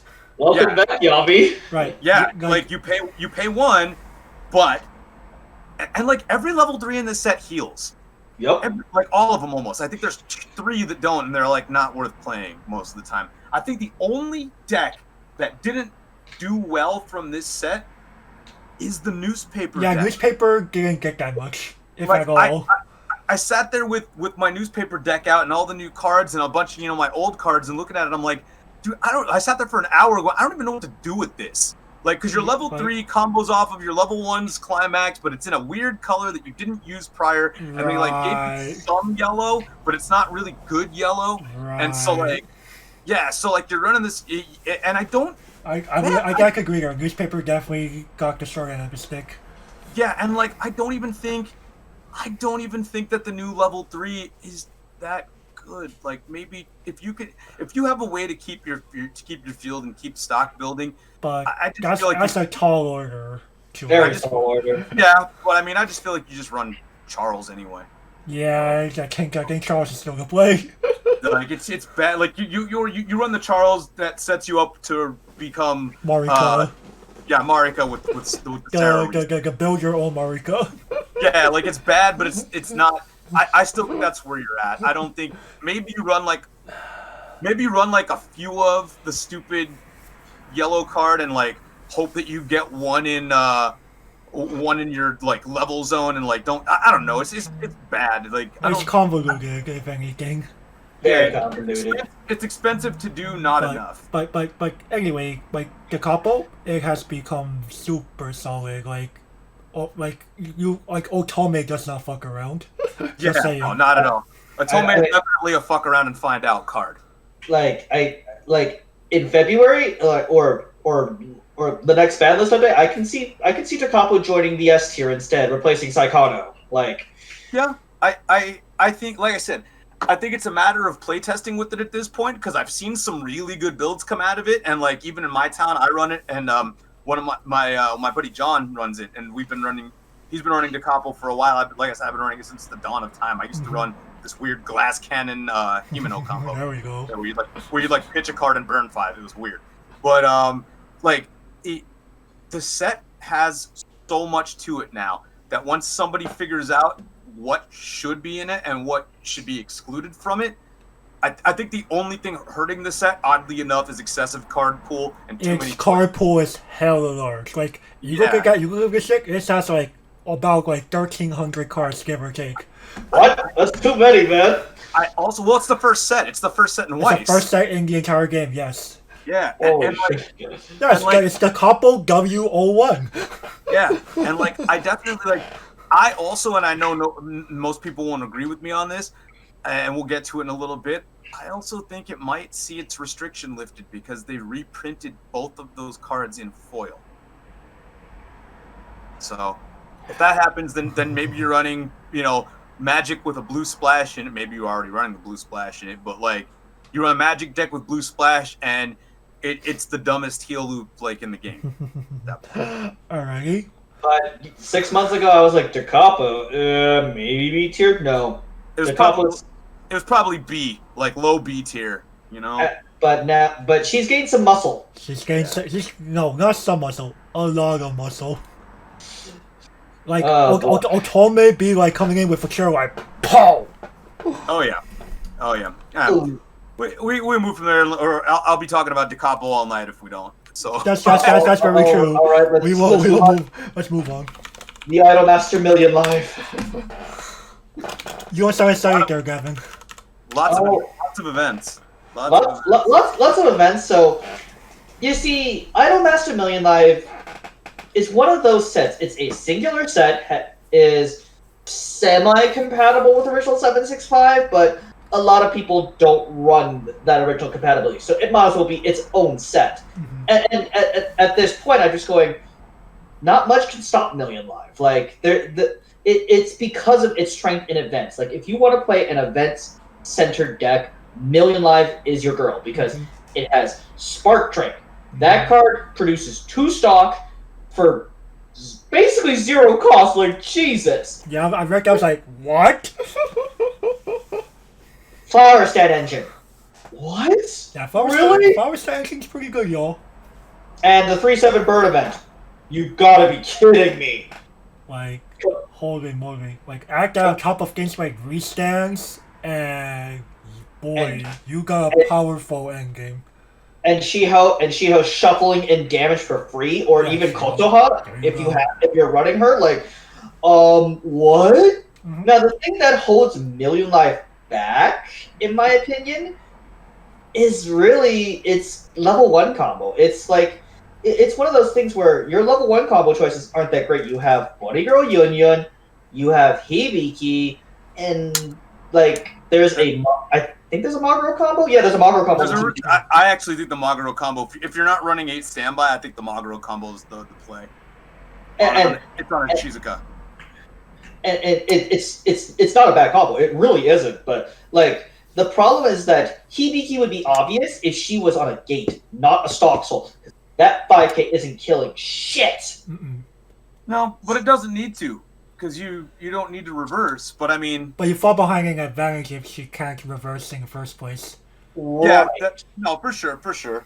I don't know. I think I'm weird about this set. I think the issue that keeps Million Live, and I know some people disagree with me, I think what keeps it off of the S tier list is the fact that the deck can just break and fall apart. Oh yeah, it breaks way too easily.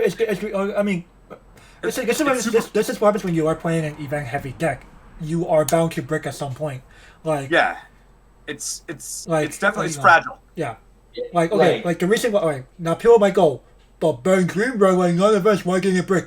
Because seven of those events you ran were free. and they didn't to be real, and they cantripped you for the most part. And they were also win more events. They were very win more events. Toilet is a very win more event.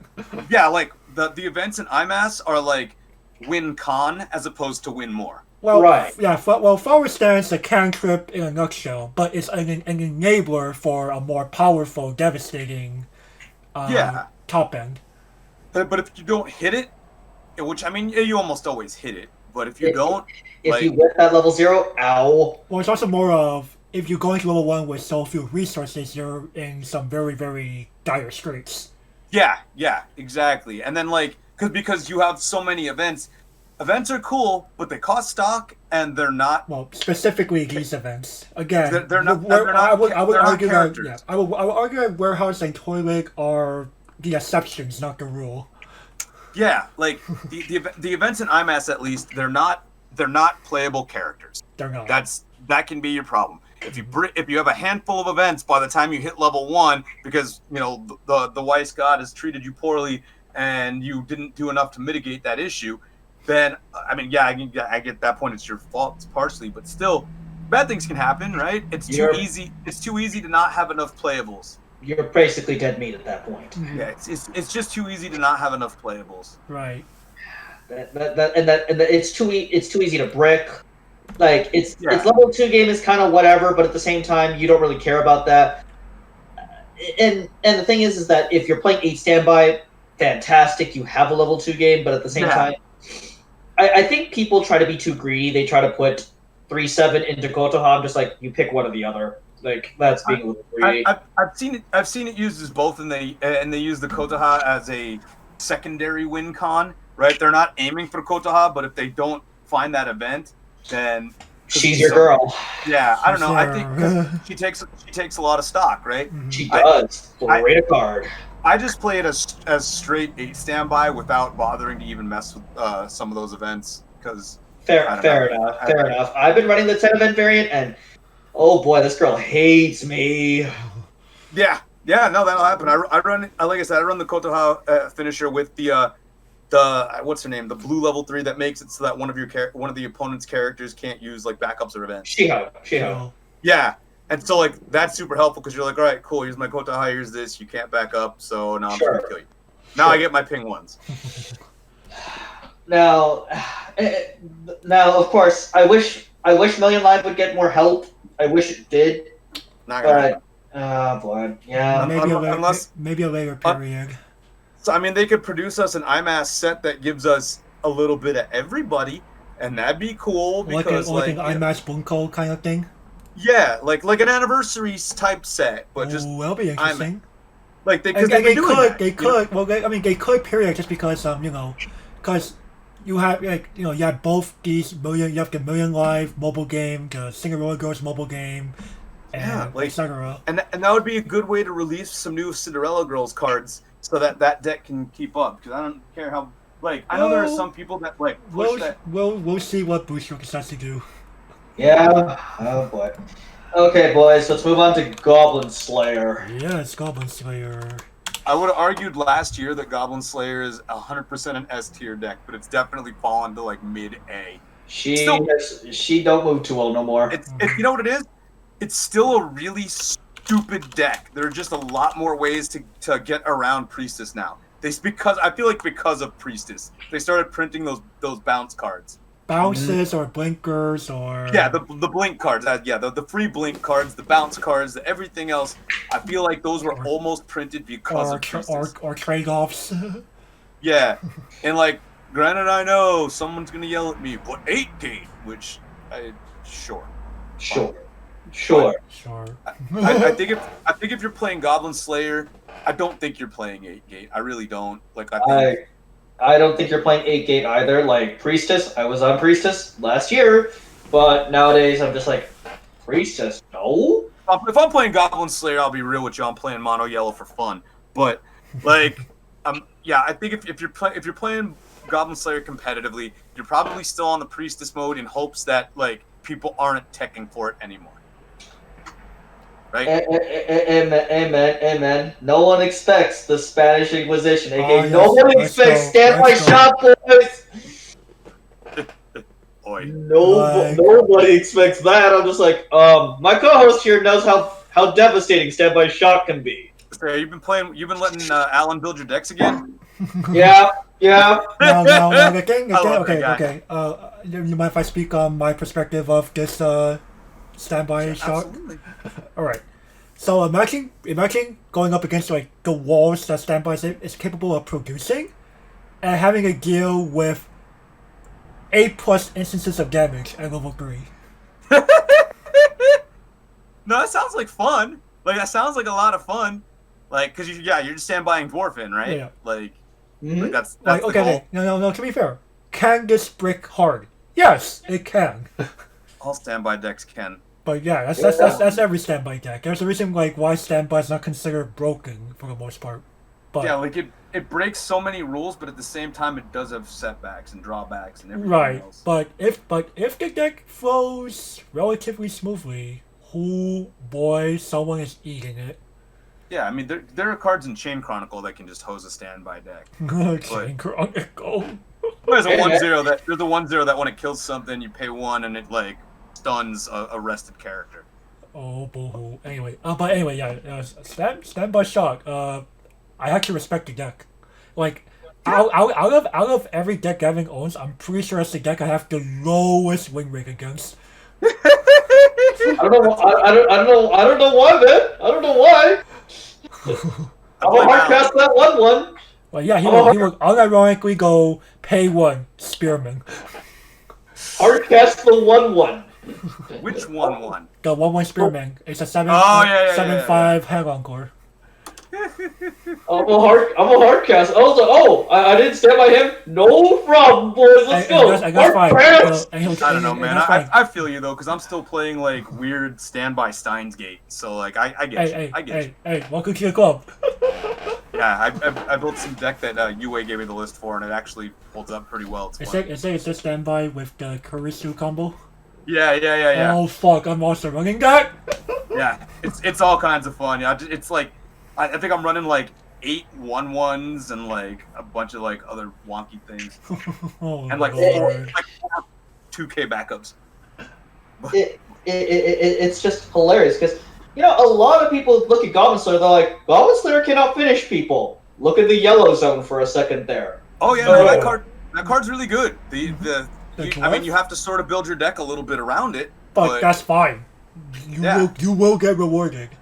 Yeah, like I mean that's why like so many of the yellow cards have soul triggers on them. Yeah.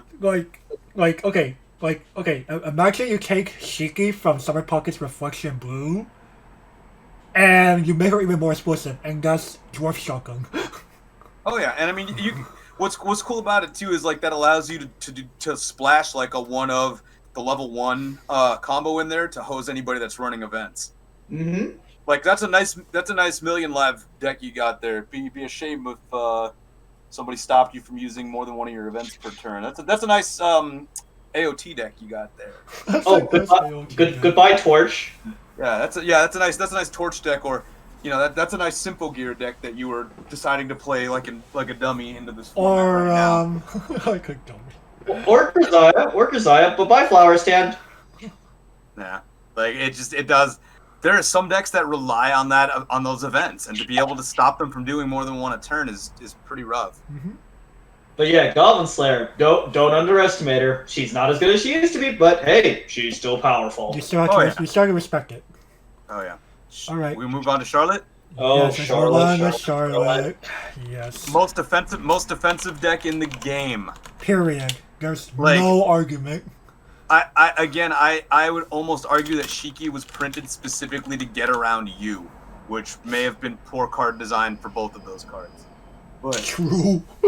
But yeah, I don't think when they made the original set that they expected you to run you with now, which I know sounds dumb, but I don't think that they were expecting you to do that. Like I don't know, maybe they were because it stops everything. Like you can't front attack, you can't you can't deal burn damage. Many early Charlotte builds they play you with now. Yeah, I mean, and they still do. My point is, I don't think that they maybe that Bushiroad thought that people. They're both blue. What? Yeah, I don't know, man. I can't imagine that. I can't imagine that that their design choice was that poor. No. Okay, to be fair, let's think about when Charlotte was made in the first place. That was like 2013, 2014, something like that. It was like 2015, 2016, I think, 2016. Okay, mid-2010s. Yeah. It wasn't like super impactful at the time because it didn't have much of a real level 1 game. Yeah, and it still doesn't. Well, I mean, no, it does now. It does now. I was gonna be like, there's this new thing called Now Combo? Yeah. The new now combo is awesome. I don't know. I think Charlotte's a dumb deck. I think if Charlotte had any finishing power, it would be S tier, and the only thing holding it off of that is the fact that it's one of those decks that it's really good at not dying. It's not really good at killing your opponent. I think the real problem with Charlotte, if I be honest here, is the fact that most players simply do not have the mental capacity to play Charlotte in a way that would allow them to end a game within the 30-minute time limit. Yeah, that's fair too. Like, it's definitely an attrition match after a point. Like, Charlotte, if any time's going to cause a double loss, it's Charlotte. Yeah, Charlotte's biggest weakness is that 30-minute time limit. Charlotte's biggest weakness is that it is the doomsday of the legacy series of Weiss. You play Doomsday and Magic because you hate yourself as much as you do the opponent. Oh yeah. You play Charlotte and Weiss for the same reason. Mm-hmm. Like, I don't want to be happy today, so I'm going to play this deck. No one else is going to be happy either, but I'm not going to be happy today. I don't want you to play the game. Yeah. I don't want to play the game either, but I definitely don't want you to play the game. You came to play a game, and I don't like that. Like, when you think about Charlotte and Nux, you're like, man, this title has some poor design. Yeah, it sure does. I mean, the closest thing it has to finishing power, I guess, is the new the clock kick, right? Like, I think I was running the deck at 7 pants, one what's it called? One gold bar, right? Bar. Yeah, 1 bar, so that, like, if I really needed the heals, I could get them. Some good old fashioned Osamatsu style heals. Right. But like, that's the only finishing power it has. You could still play the level 3 early play Ayumi from set 1.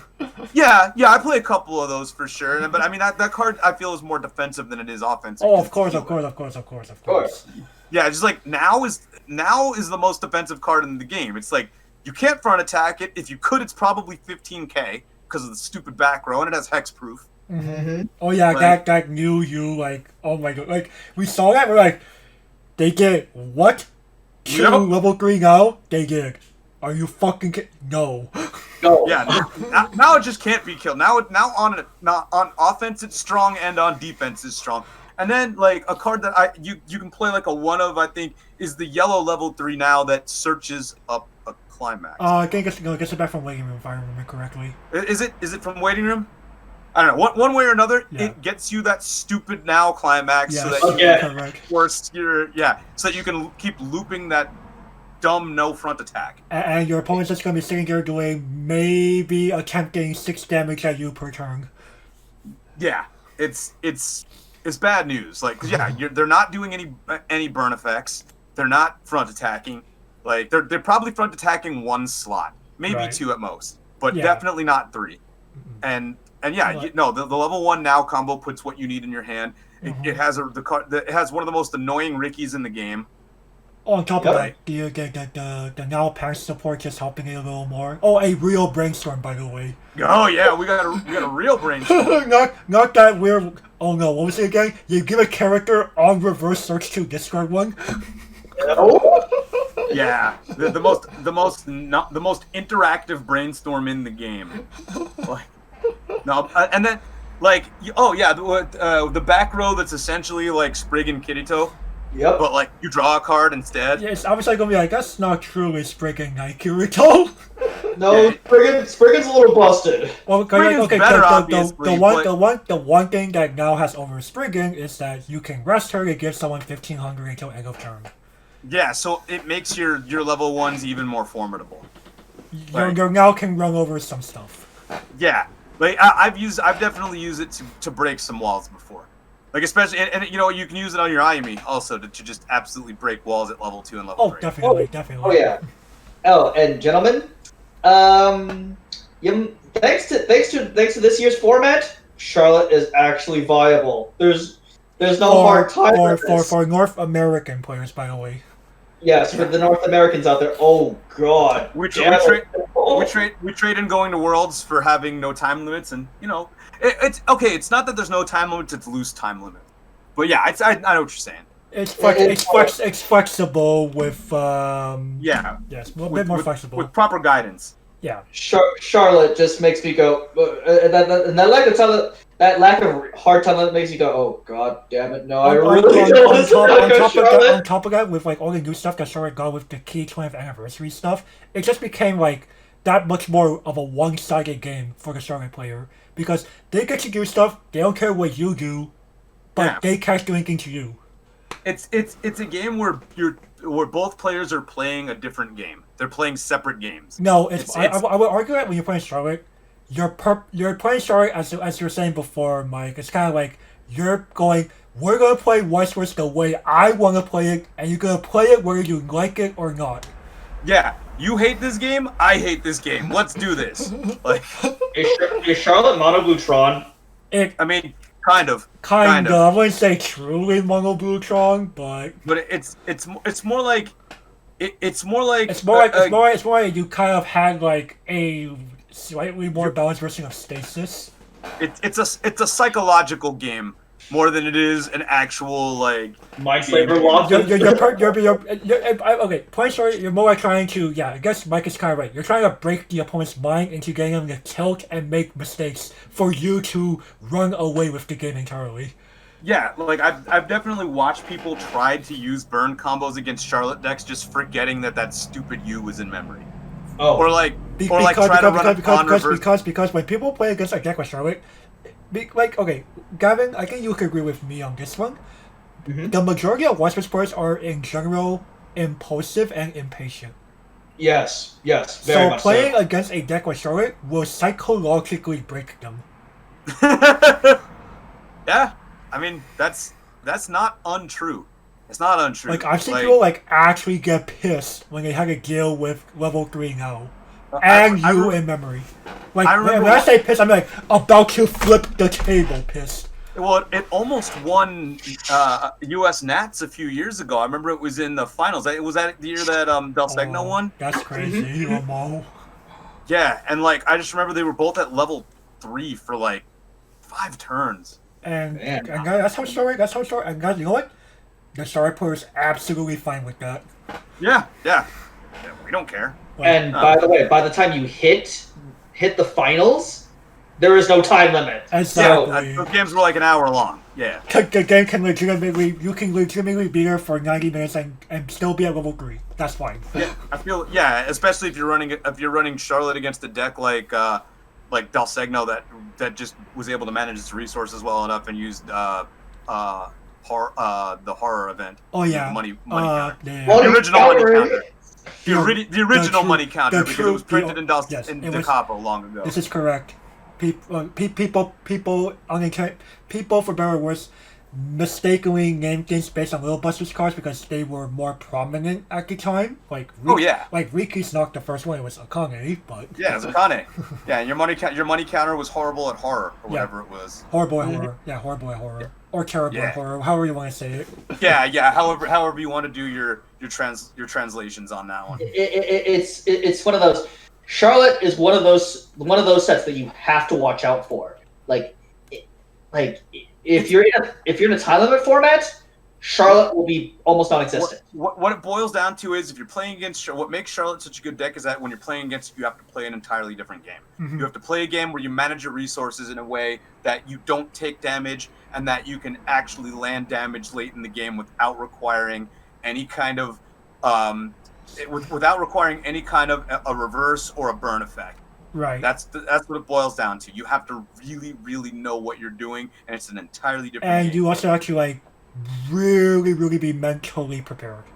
Yeah. I mean not just for the game. You have to psychologically prepare yourself. Oh yeah. You don't want to have your mind broken by the Starlight player.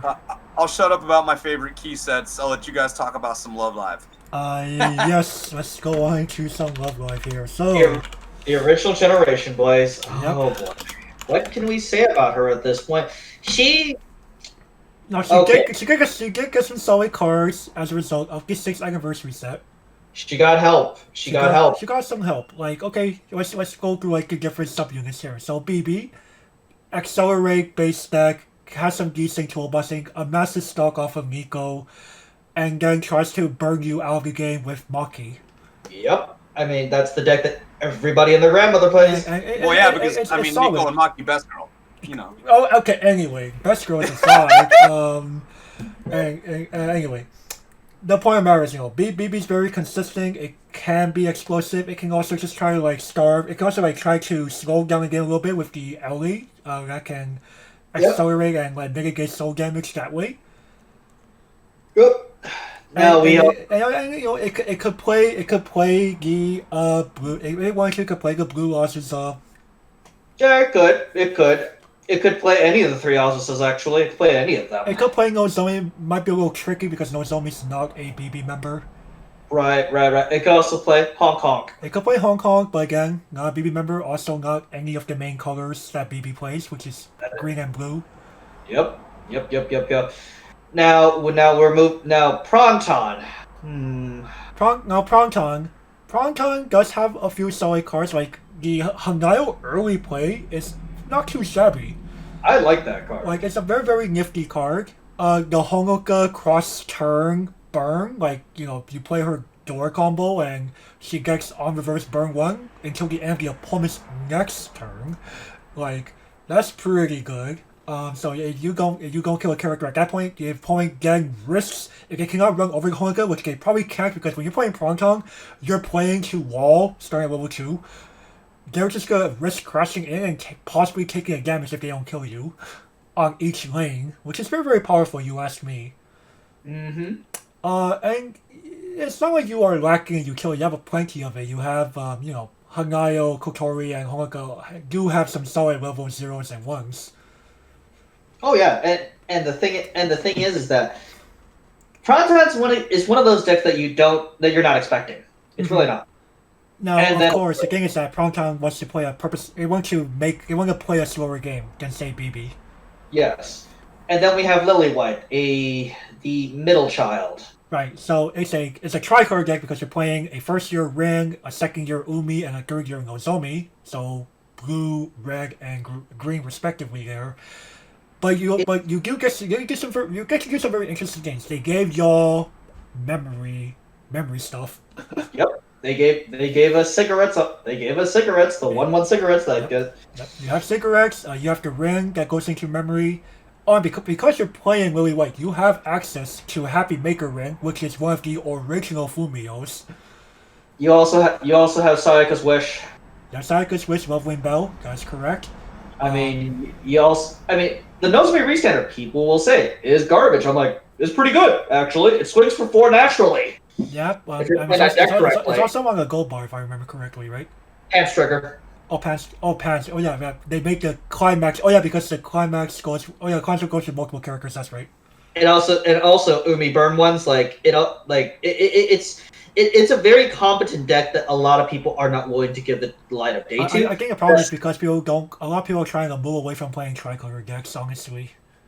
Well, tricolor is fairly easy, gives you a lot of options. It does. People look at me crazy people in my local area look at me crazy like, Ring, why do you play a tricolor deck? That's hella hard. No, it isn't. It's so easy. You just have to build around level 1 correctly. And the thing is that it's a good solid finisher. Your level 2 game's not half bad, honestly. It's you get to untap the 2/2. Yeah, you have access to playing this Umi, she's not terrible at all. She's not terrible at all. She hits you for 2. She has recursion, all that kind of stuff. Yeah. And the deck also offers you a lot of deck selection too. The 1/0 that allows you to pick your trigger. Like, Jesus, there's so many positive things about that. And you know what? The deck is extremely cheap too. You can pick up that deck for less than $100, and you have yourself a very powerful deck.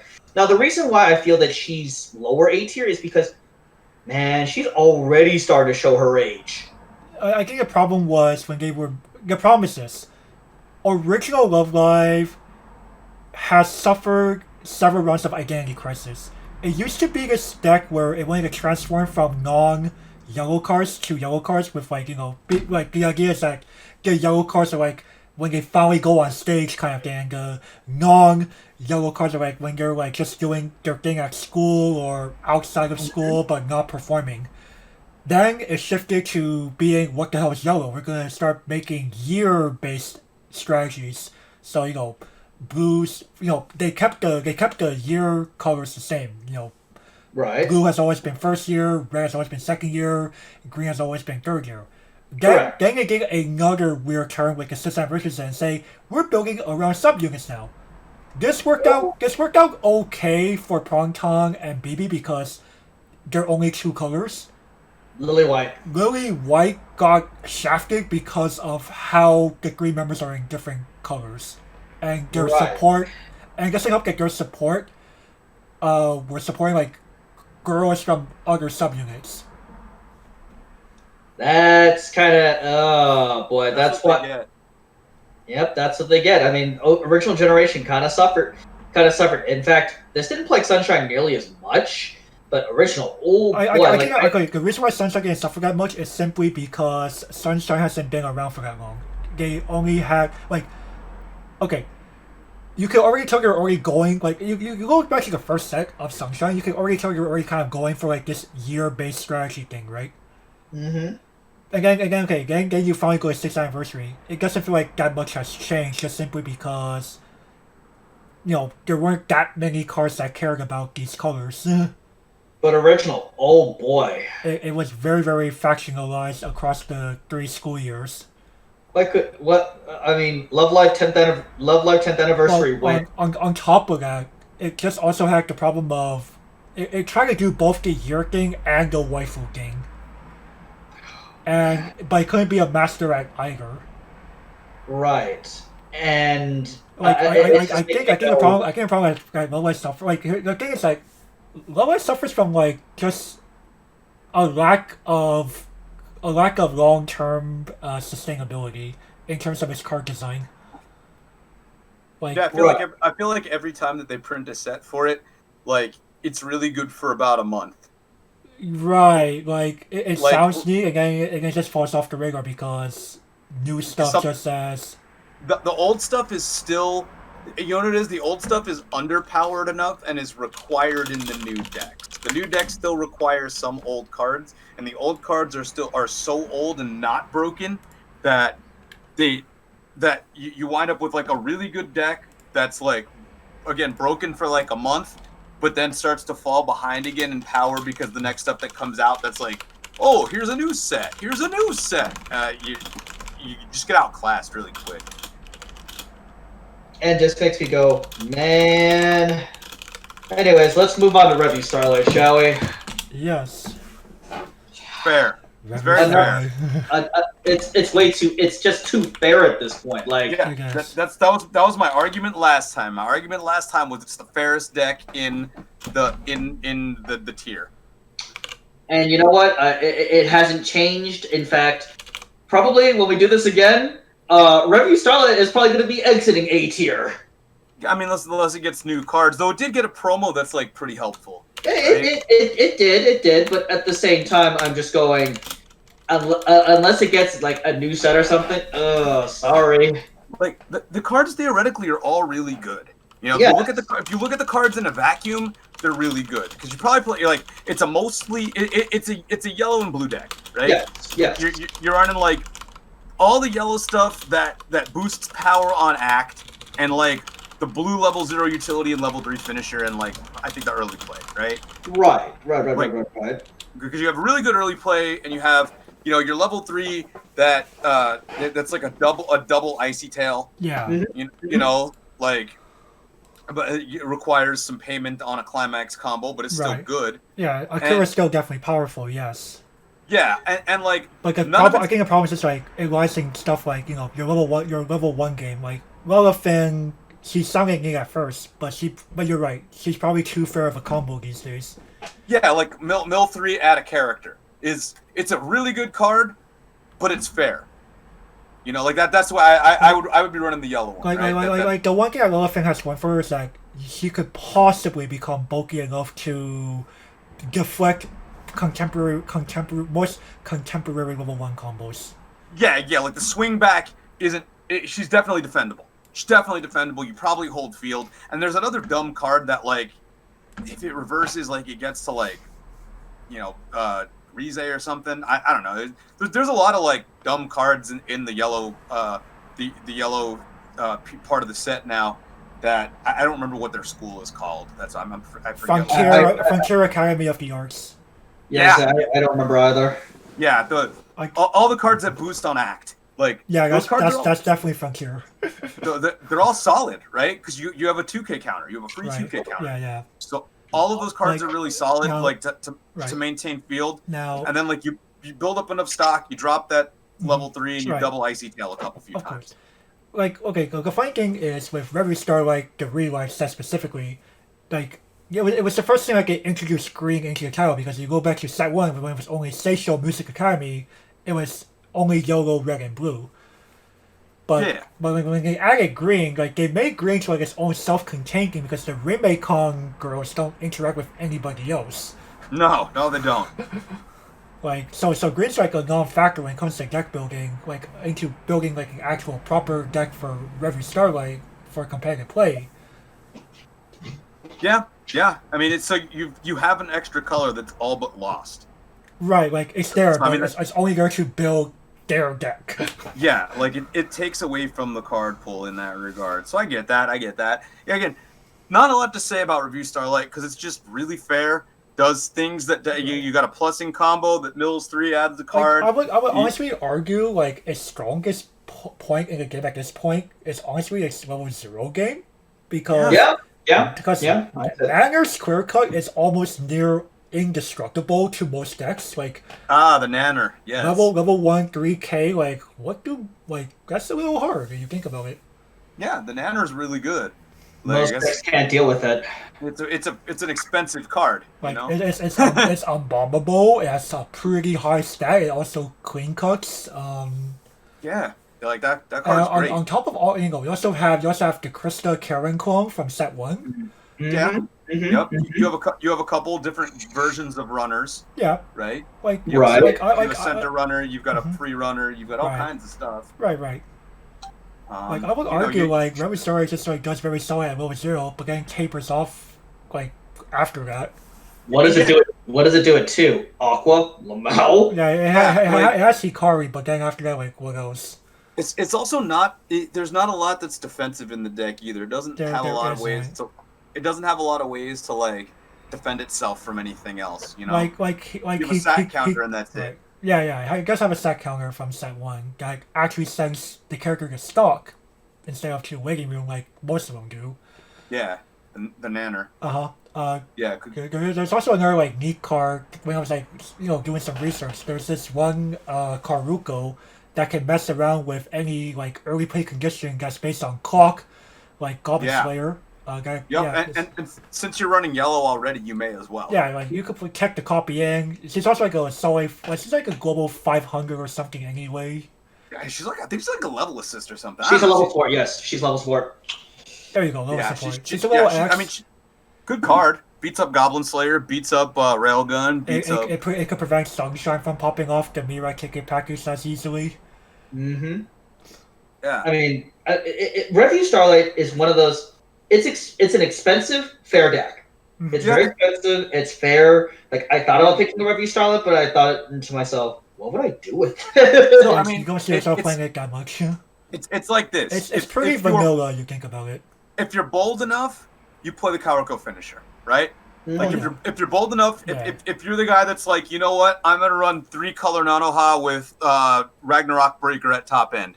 Then if you're that guy, Gavin, then you can run the Karuko level 3 because you'll have enough cards that you think that you can theoretically pitch to it, right? But why wouldn't I just play Ichika at that point? Exactly, because you don't have that deck because you're playing Revue Starlight. True. Because your favorite anime growing up was Revolutionary Girl Utena, and the closest thing you're gonna get is Revue Starlight. This is unfortunately true. That is unironically very true. Yeah, and me and several people that I won't name by name on here from that live in Rochester agree. We both agree on Best Girl, who's in the Karuko deck with Karuko. It's Fujiba, and we both agree that like it's the closest because I think it's from the guy that did Utena. Yeah, I think- I think the guy was involved. yeah, and so like it's the closest thing you're gonna get to that. Like look at their costumes. Their costumes are like very similar. Yeah, You know, with all the fluff and the cape and everything. definitely. Because it was all stage show. They're Yeah. a stage show, and Utena's battle scenes were sort of like a stage parody thing. You just don't get that really cool Armageddon song with a 2-minute staircase climb every episode. That's all. Right. Instead, you get a giraffe that What Wakari Wasu? Yeah. That's Giraffe with the long, real talk, giraffe car swing. Yeah. Oh yeah. There's like 1 or 2 of them. They suck. Like There's one or two. like at least Quintuplets got several things of Futaro cards. Yeah. Where were the giraffe cards this whole time? Dude, Giraffe Kun should have had a level 3 that Or heck, because it was Revue Story Revive. Where are the Andrew and L cards? Yes, When that people will be pissed, but they should be there. So when that set came out, no, it was when the first set came out. I was in Japan at the time. Like the week that the set came out, I was in Japan. Funny enough, I actually met up with. It was like the week before Comic-Con, and I actually randomly met up with Wilson and got my playset from him in person, which is funny because neither of us live in Japan. But they had a bunch of sleeves everywhere, and they were selling giraffe sleeves next to all of the review sleeves. It was hilarious. Let's go. Alright, but anyway, Yeah. giraffes and stage girls aside, any other final thoughts here on Revue Starlight? It's fair. It's too fair. It's probably exiting the A tier probably next time we do this, boys. Yeah, I would with argue no- that it's already exited, but I know people like it. I mean, it's still solid. It's just starting to show its Yeah. flaws. The cracks are showing. It's the Gara sword art deck of our current time. Gara, oh, of course you will use that reference. Alright, anyway, moving along here to Milky Holmes, our favorite detectives. I love Milky Holmes. I think Milky Holmes is a solid deck. I think these days it's mostly. I think if you're trying to play it right, you're probably playing something similar to an Ellie waifu deck with like a little bit of red splash, so you get that. Right, now, okay, I've seen 2 ways to go about this deck. Most people go with the Triascend Climax combo on the Gold Bar now. Yeah. So you just like get this massive amount of stock, and Ellie is just very, very defendable because of her interaction with all this like level swap things that Milky Holmes is very known for doing on both turns. So you have your good back row also that does the level swap. That's the 500 assist to front that gives you that pitch. That gives you a pitch of gold bar on attack. I think that's the first instance to that. On top of that, you also have your Amagi. Yeah, for sure. Well, but like now, Amagi. Okay, not a real Amagi. It's Amagi whenever you put a card into your level area. Yeah. Oh, so no. like, and you have the ability to run 8 103k backups that do that. Yeah, like your level swapping pretty much every turn, and Yeah. your counter range is absurdly high. It's like 10k or something.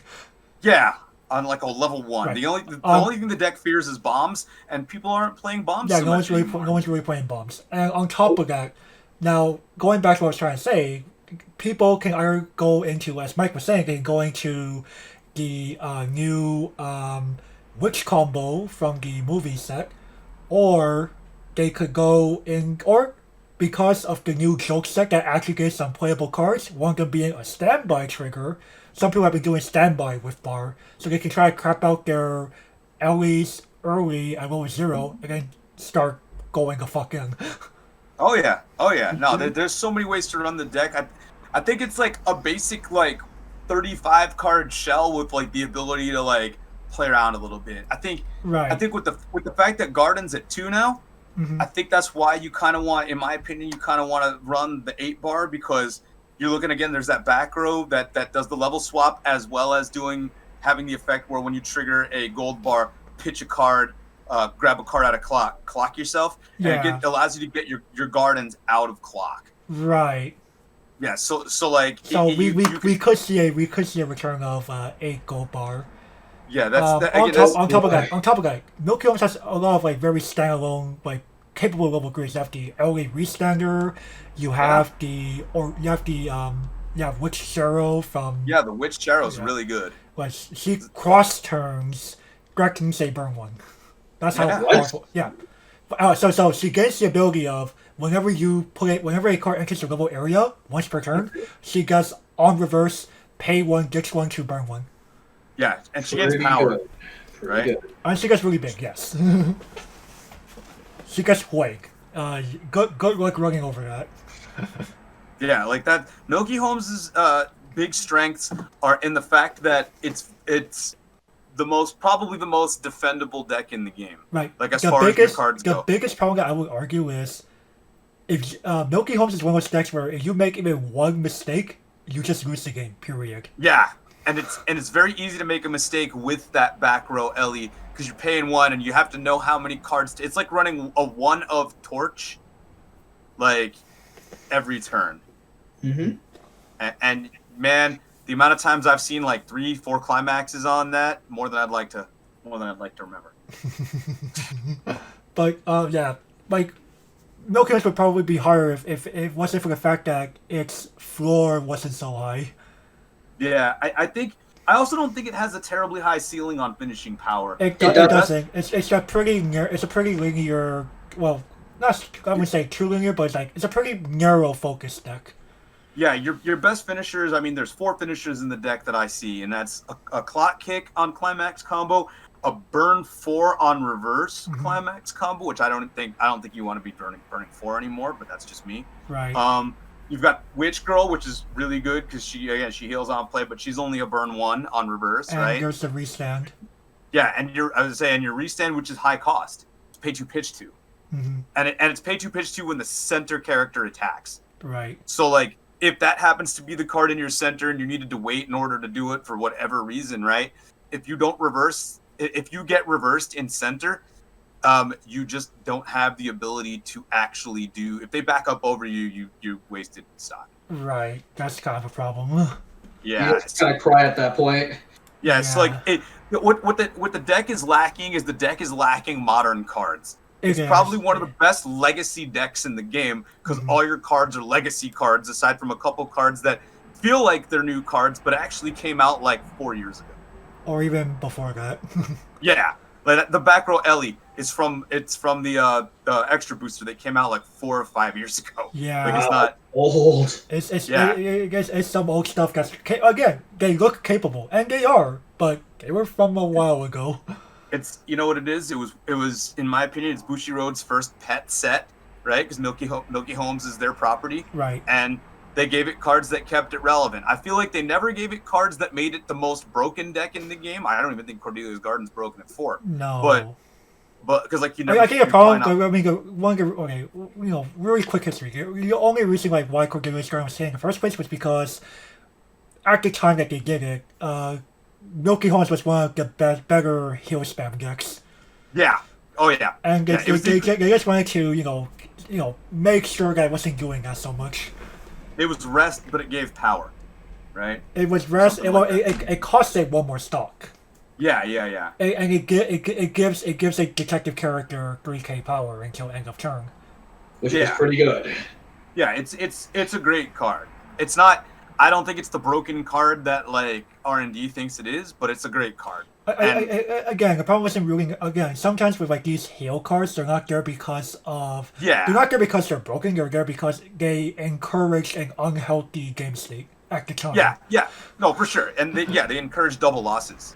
Like really, like they encourage games to go to time. Right. Like if you heal too much, I will argue that the fact that it's up to 2 is the only reason why the set is able to hold itself at A.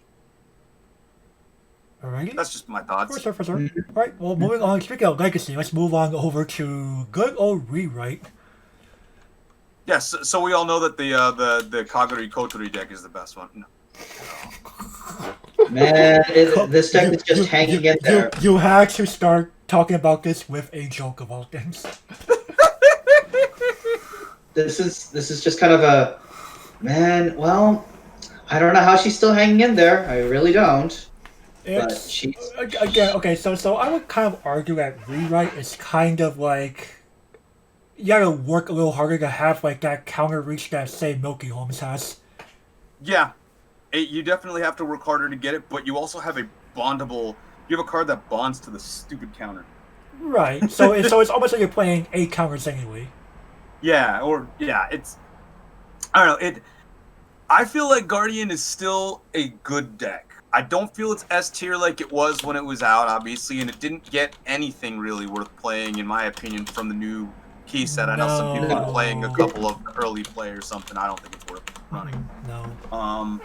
But it's the only thing it suffers from is not having new cards, and for the fact that everybody knows how to play around its old card. On top of that, I think just overall lacks like good like it has a powerful early game. Like it does pretty well at say levels 0 and 1 overall, but after that, your hand starts to suffer a lot.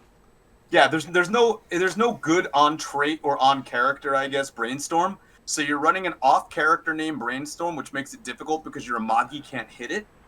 So your salvage brainstorm and your Ricky. Most people are forced to play, say, Chihaya brainstorm. Right, yeah. the Chihaya brainstorm. Yeah, it's your Chihaya brainstorm and your Akane Ricky. It's the original Ricky, so it's actually an Akane. Yes. Ricky's are Akane's people.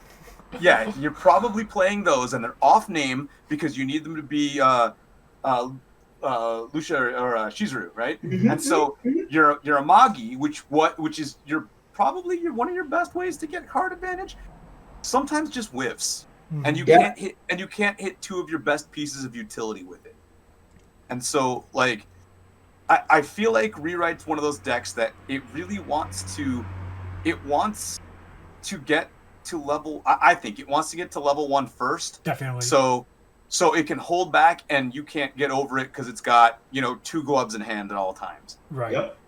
And by the time it's done with level 1, they've got like 10 stock.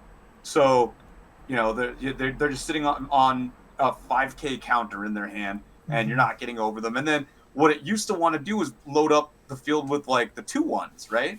Mm-hmm. The 2-1. The issue with the 2-1 is nowadays early plays can get over it. Yeah. You have to use gloves to help it out. Yeah, and at that point you want the gloves for your level 3 Shizurus. So that they can burn on the opponent's turn. Yeah, burn and scry, right? Yeah. Because they get that good scry that people sometimes forget about, but is actually super relevant. True. Yeah, like it's.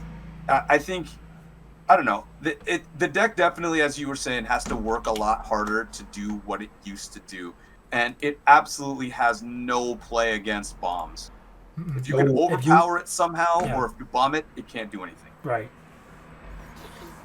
It just kind of suffers from it. Looking back, I was just like, why is this here again? But again, I feel that it's like Milky Holmes. They play very similarly. Yeah, they do. Like they want to play level 1s that are sticky for like most of the game until level 3. Yeah. I think that Milky Holmes is a little bit more high roll, but has a little bit more of a ceiling to its abilities to do like some tricksy things. As to where like Rewrite is very straightforward. You know what's coming. You know how you're gonna die if you die. I would say with Milky Holmes, you just have ways to guarantee that you'll have playables because your quote unquote Amagi Ellie it's not triggered based on climax. It's triggered based on your ability to do what you're always doing from level 1 onwards, which is if nothing more, you're definitely plussing every turn. Right. Whereas with Rewrite, your Amagi doesn't get to do anything. You just simply don't draw climaxes. Yeah. And then at that point you're stuck on hoping Chihaya hits. Yeah, exactly. Which is a very unreliable game plan. Yeah, no, and like there's a couple different ways that people play the end game. Some people are playing it with the early play Kodri in it, right? The Kodri, Which gives the deck like a better defensive end because it's an early play healer that negs 2 soul with the climax combo on the next turn, right? But again, with all the blink cards, all the bounce cards, and she's not going to do anything. Yeah, and on top of that, she's just one more name that falls under the wayside. They can't hit her. Yep, she's not Lucia or Shizuru. Nope. Yeah. It's incredibly difficult. Like also, oh man, that like the finish, like the quote unquote finisher and rewrite just makes you go, man, why isn't this card better? I don't know. I think it's a better version of Mikasa, but that's just me, man. I think that's just because she heals on play and she deals more damage. And I think that scry is very important, especially if you're not running the Kotori. Yeah, fair enough. It's just one of. Oh man, when I look back at it, yeah, I probably should be dropping rewrite and Milky out of A tier. Like I don't know. I run the deck with the bad. I don't know about dropping them off entirely. Like I think they still have their place here. Just you know. They're like A minus. Right. I have them at the bottom here, so maybe you haven't seen them, but if someone pops up with them, at the same time, you definitely cannot discredit them whatsoever. Like, no, you can't. These decks can run with the game if you are not prepared. Yeah, and like I run a couple of the bad 3-4 event in my version of it. It's not, that event's not terrible. It's not. I feel like Guardian has a hard time getting the hand size to make it work, but it has an easy time getting the stock to make it work. Of course. Stock for days. I'd rather lose out on hand and stock and not die to like cards like such as Shiki. It absolutely hoses Shiki. Yep, absolutely. Have fun dealing 1 damage, guys. Yeah, that's a pain in the ass, but unfortunately though, both rewrite and Milky just kind of suffer from the same issues in my opinion. They really. Oh, and of course, you stock swap either deck, they're both dead. Yeah, like rewrite being a little bit more consistent, but Milky Holmes being a little bit more explosive. Yeah, I mean, I placed them snugly towards the bottom here. Alrighty, gentlemen, let's finish off the Gatekeeper. Yes, the Gatekeeper. Diva? Yep, Diva. So. Are we talking 8-bar Diva here? Of course we're talking 8-bar Diva because sharing the world is a great and fair and balanced event, isn't it, guys? I don't know, man. A certain 2-0 event. I don't know. I like to be able to like stock like 8 cards in a turn for no reason. Anyway, so yes, so Project Diva. All right, in all seriousness, so a lot of builds that are playing it competitively are playing 8 gold bars and 8 events because you have to really high roll. The problem is the biggest difference between Diva and like pretty much every other deck here is what is this thing called level 1 combo? Yeah. There really isn't. Like, okay, let's talk about say Astray Rin. Okay, she could possibly get you up to 2 cards per lane. But she's on a pretty meh trigger. What was it? Wind shot? I don't even remember anymore. I think she's a she a wind trigger? She might be a shot trigger. She might be a shot. I guess she was shot. So shot is like I don't know if I want to run this. And her second card is RNG. You have to reveal that you have 2 climaxes. Or not 2. Yeah, reveal that the top 2 cards have a climax, and that's like what? No. And it's also a random draw on top of that. It's like so she gets you a salvage, but then she can also draw you a card. Yeah, if you gotta like mill 2 off the top of your deck, and like if one of them's a climax, like you draw a card. But they like don't mill. They actually just go to the bottom. Of your deck you reveal 2, and if you reveal 2, put them to the bottom of your deck in any order. And if there was a climax amongst them, draw 1 card. That sounds terrible. It's very terrible. Okay, we go back a sec. We go back to Project Diva F2nd. Soundless voice. Okay, sure. You have this 11-5 wall. Yeah, but that's it though. It's also kind of RNG because yes, you have the new event that lets you put 1/1s back from your way room into your deck to something off of the ring, but the fact that you're dedicating so many card spots for this is pretty unsustainable overall. Yep. So we're really stuck playing just a bunch of very powerful 1/0s. So X's Secret, Hatsune and Miku play discard 1 to clock swap, basically. Characters only, so she's not that OP. But she swings for a lot. Like without climax and without any support, she swings for 7,500. Jesus fucking Christ. On top of that, we also have C. Lily Hatsune Miku, a clock bond to Umiyuri. Very, very powerful event. Like, imagine... Dumb event. Should have been printed. Should have been printed. No, it's only printed because Hatsune Miku Project Diva's card pool is simply not that great. Card advantage only means something if your cards actually do something. Correct. So, I feel like half the reason that it's so dumb, though, is because not just the card advantage. I mean, it's a 2-for-1, which they're not supposed to print if that card's legal. I don't know why Emo Swing isn't, because it's literally a free 2-for-1. The biggest difference is like Emo Swing, you get to choose what goes in your hand from the waiting room, and you have to choose the character that replaces the level 1 or higher that you sacrificed. But you have to still pay a stock for it. That's true, but the thing is, like, it's more selective. Umiyuri is technically more balanced because it's not as selective. Oh no, who cares? But I mean, it builds up to 8 cards. It does. And it has a bond. It's a bond. It's a clock bond. It gets even worse. This clock bond is also a Shimakaze Kai. So with Sea Lily and X's Secret Hatsune Miku, this X's Secret Hatsune Miku can unironically run over Caustic Choo-Choos or something. Yeah. Pow! Like, oh, what's your Choo-Choo at? Oh, no, 10k? Okay, 10.5. What? Yes. Yeah, it's so dumb. It's really, really dumb. I don't know. I that card is the only thing that keeps Miku in A tier. It's got a strong. It has a very strong finish. It's a combination of that with sharing the world. You're running that event is what makes up for the fact that you don't have a level 1 combo. Mm-hmm. You don't have a plus in combo, right? Your level 1 combo is that goddamn clock bond. Yeah, like that's but I mean, at level 0 you do have a lot of utility. You have a runner, you have a Ricky, you have a brainstorm, you have all kinds of things. You know, like you have capable zeros, and you have the ability to you have a Jinsu. You have the ability to get your climaxes. Mm-hmm. Oh yeah, Jitsu is fair and balanced, guys. We swear. Dude, especially in this deck that needs 2 climaxes in hand at level 3. You know? Yeah. So.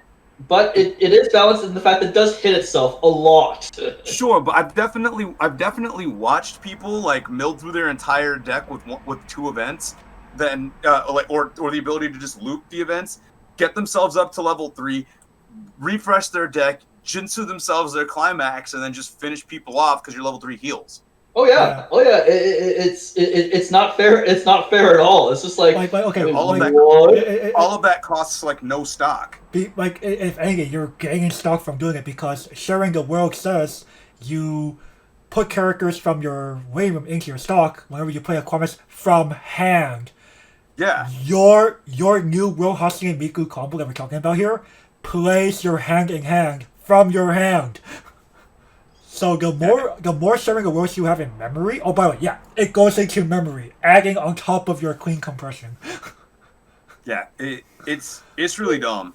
I don't know. That's the only reason why Diva is here. Like you get like this.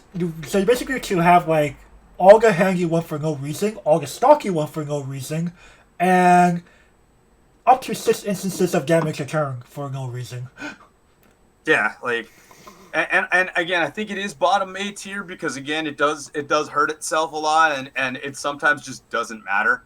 Like I don't know why, but I seem like purely anecdotally, I've definitely been through a lot of games where I'll just take all 6 instances of damage at level 3, like not actually take it, but like block like 5 of them and just okay, cool. You have nothing that you can do against this. I win. Right. Like okay. To be fair, like once Diva does, do the new World Hatsune Miku turn, it probably has run out of resources. Yeah, like it has stock, and that's it. It just has no hand. Yeah. So like, if you beat up their characters on stage, which isn't difficult because they're not huge on your opponent's turn. 10k, man. Okay, sure. Some people would say, but you could play Hatsune Miku Demon Star, and okay, that increases your characters by another 1,500 at best. Yeah, trunk. like, but there's a 2K backup. I know. But why would you play that? You don't have to. You don't have the space for this stuff. Yeah, like it's you don't have the cards in hand for it. You're sort of like you're really just blowing your load on the last You're turn and you're trying to out-survive the opponent until you hit level 3 because you're going to be trying to out-cancel them with the fact that you have like 15 clean stock and 2 plus cards in memory. Yeah, your level 2 game is clocking yourself to get a broken event in your hand and hoping that you cancel every bit of damage. Right. Pretty much. I mean, it's the reason why Diva is still here, and I think that Diva is appropriately the gatekeeper. Sure. Mm-hmm. Sure. Of If course, you can't beat Diva, as we you don't say, deserve to be here. as we say, like Diva suffers from the fact that it just doesn't. It is a bit unsustainable after it blows its load. And the fact that its card quality is kind of Its card quality is pretty bad. And the fact that nobody else other than me wants to play the best deck in the set, which is the Power Rangers. Okay. Real quick story here. Mike, have you actually played Hatsune Miku Project Diva X? No. I have like very little experience with the actual game itself. Okay. I've watched people play it on like YouTube. All right, I'll just say that song, the Power Rangers song, is one of the hardest maps I played in the entire series. I'm not surprised. That's what makes it the best deck. You see. Oh boy.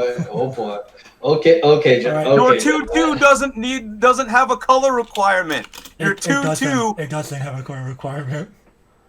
What? Yeah. It purposely says this card can be played without meeting color requirement. Yeah, What? it's red. The rest of the deck is yellow, green, and blue. So, yeah, it's a red card. It's a 2/2 red card, but they wanted to get all of your Power Rangers in there, so they gave it to you in a way where you don't need... make Hulk does not need color. Holy shit! What? Yeah, I mean, the deck is actually really fun for a troll deck, but it's not. Obviously, it's not a meta deck, so it's not worth talking about. Yeah, it's just like the song, Gavin. The deck's a meme.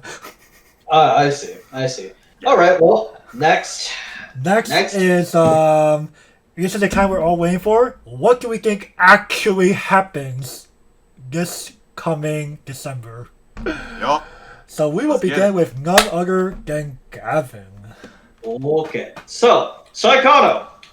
All right, boys. Gaming all night. A very broken sorcery. Yeah. JC, or one of 2 cards. You can either choose your Izumi, which is the runner, or you can choose A, the drop search. So, all of my hits are going to be hitting these decks consistency-wise. Because I've noticed that Bushiroad likes to hit consistency. They don't like to kill decks unless they absolutely need to. Mm-hmm. And these hits all hit consistency. Okay, guys. Gaming all night. Oh, man. It feels great to cast that spell. It does a lot of things because Saekano doesn't have that much stock. So Gaming All Night gives you a free stock and gives you a guide. It's both. I'm like, the fuck? Mm-hmm. JC. Yeah, it is what partially makes that deck. This partially makes this deck super annoying. Mm-hmm. Like it helps in an area. It helps in times when you don't get that second gold bar and you want to loop your combo again, get another chance to loop at it. Izumi, yeah, it gets you out of sus deck states. ADD also helps gets you out of sus deck states. You can, like, if I wanted to be really mean, I would choose one of 4, and literally all 4 of these cards. But I'm like, no, slap Saekano on the wrist for this list. Okay. Stop being mean. Yeah, stop being mean. Date Alive. I mean, come on, this is pretty obvious. You can either choose Kodumi or you can choose the Broken Event. Yeah.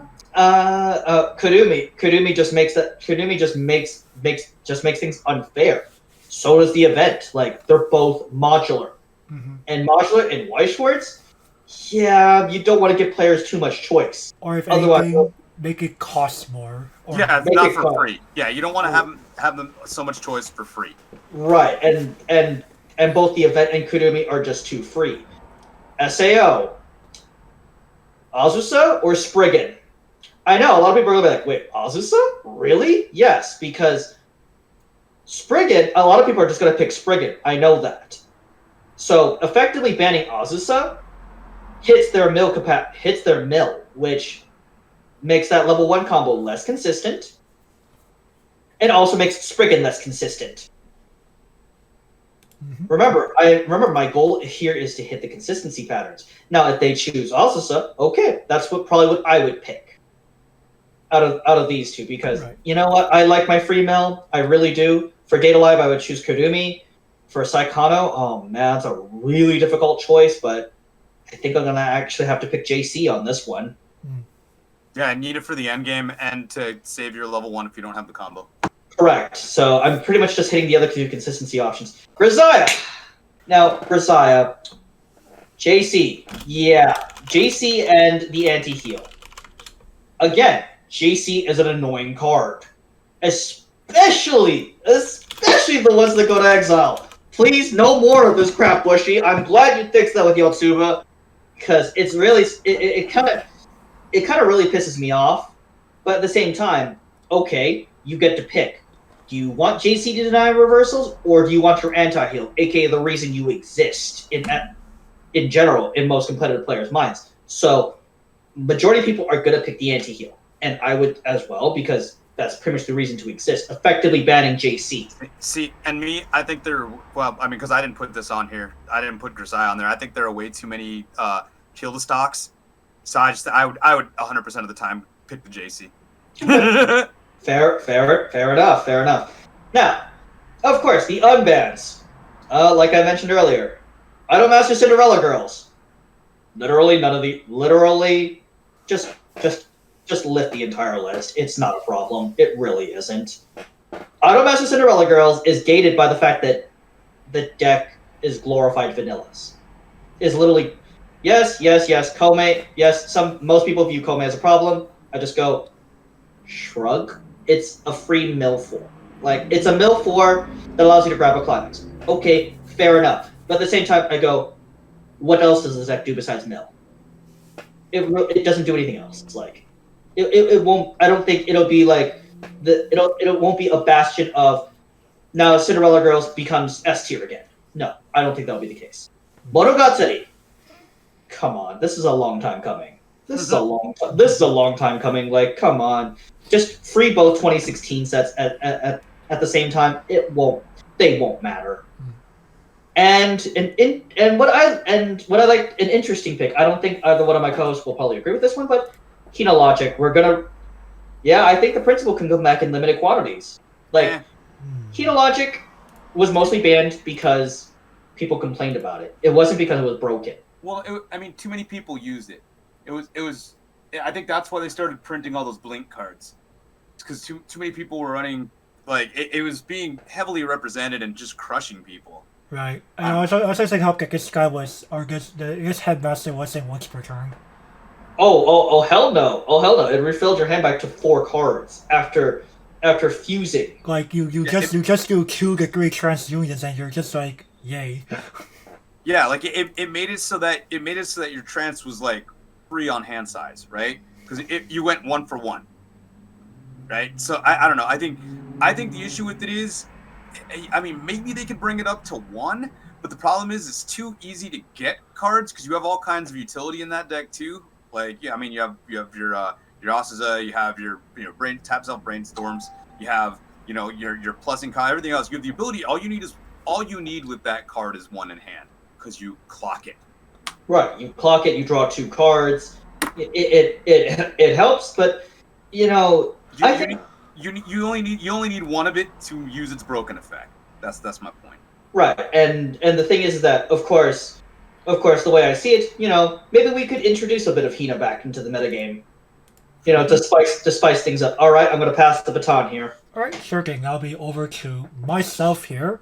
So, obviously we're going to start with Saekano, because Saekano is definitely a problem. And I can say be a little like, you know what? You can have either your ability to deck mill / runner in Izumi, or you can have an additional form of reverse denial with Uta. I do not think both in the same deck are healthy.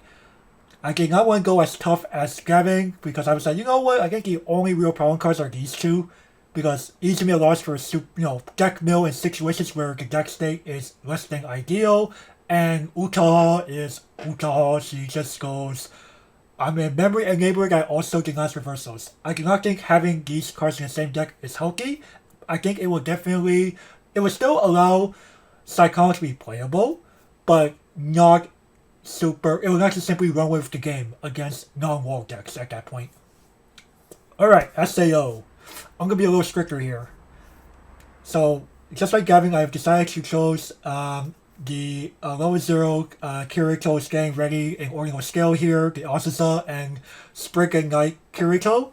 I also decided to add in Ironcrag Kirito and Asuna as a way to deter people from having a very explosive finisher alongside any of these two utility cards. I just think having all of these in the same deck is, again, not healthy.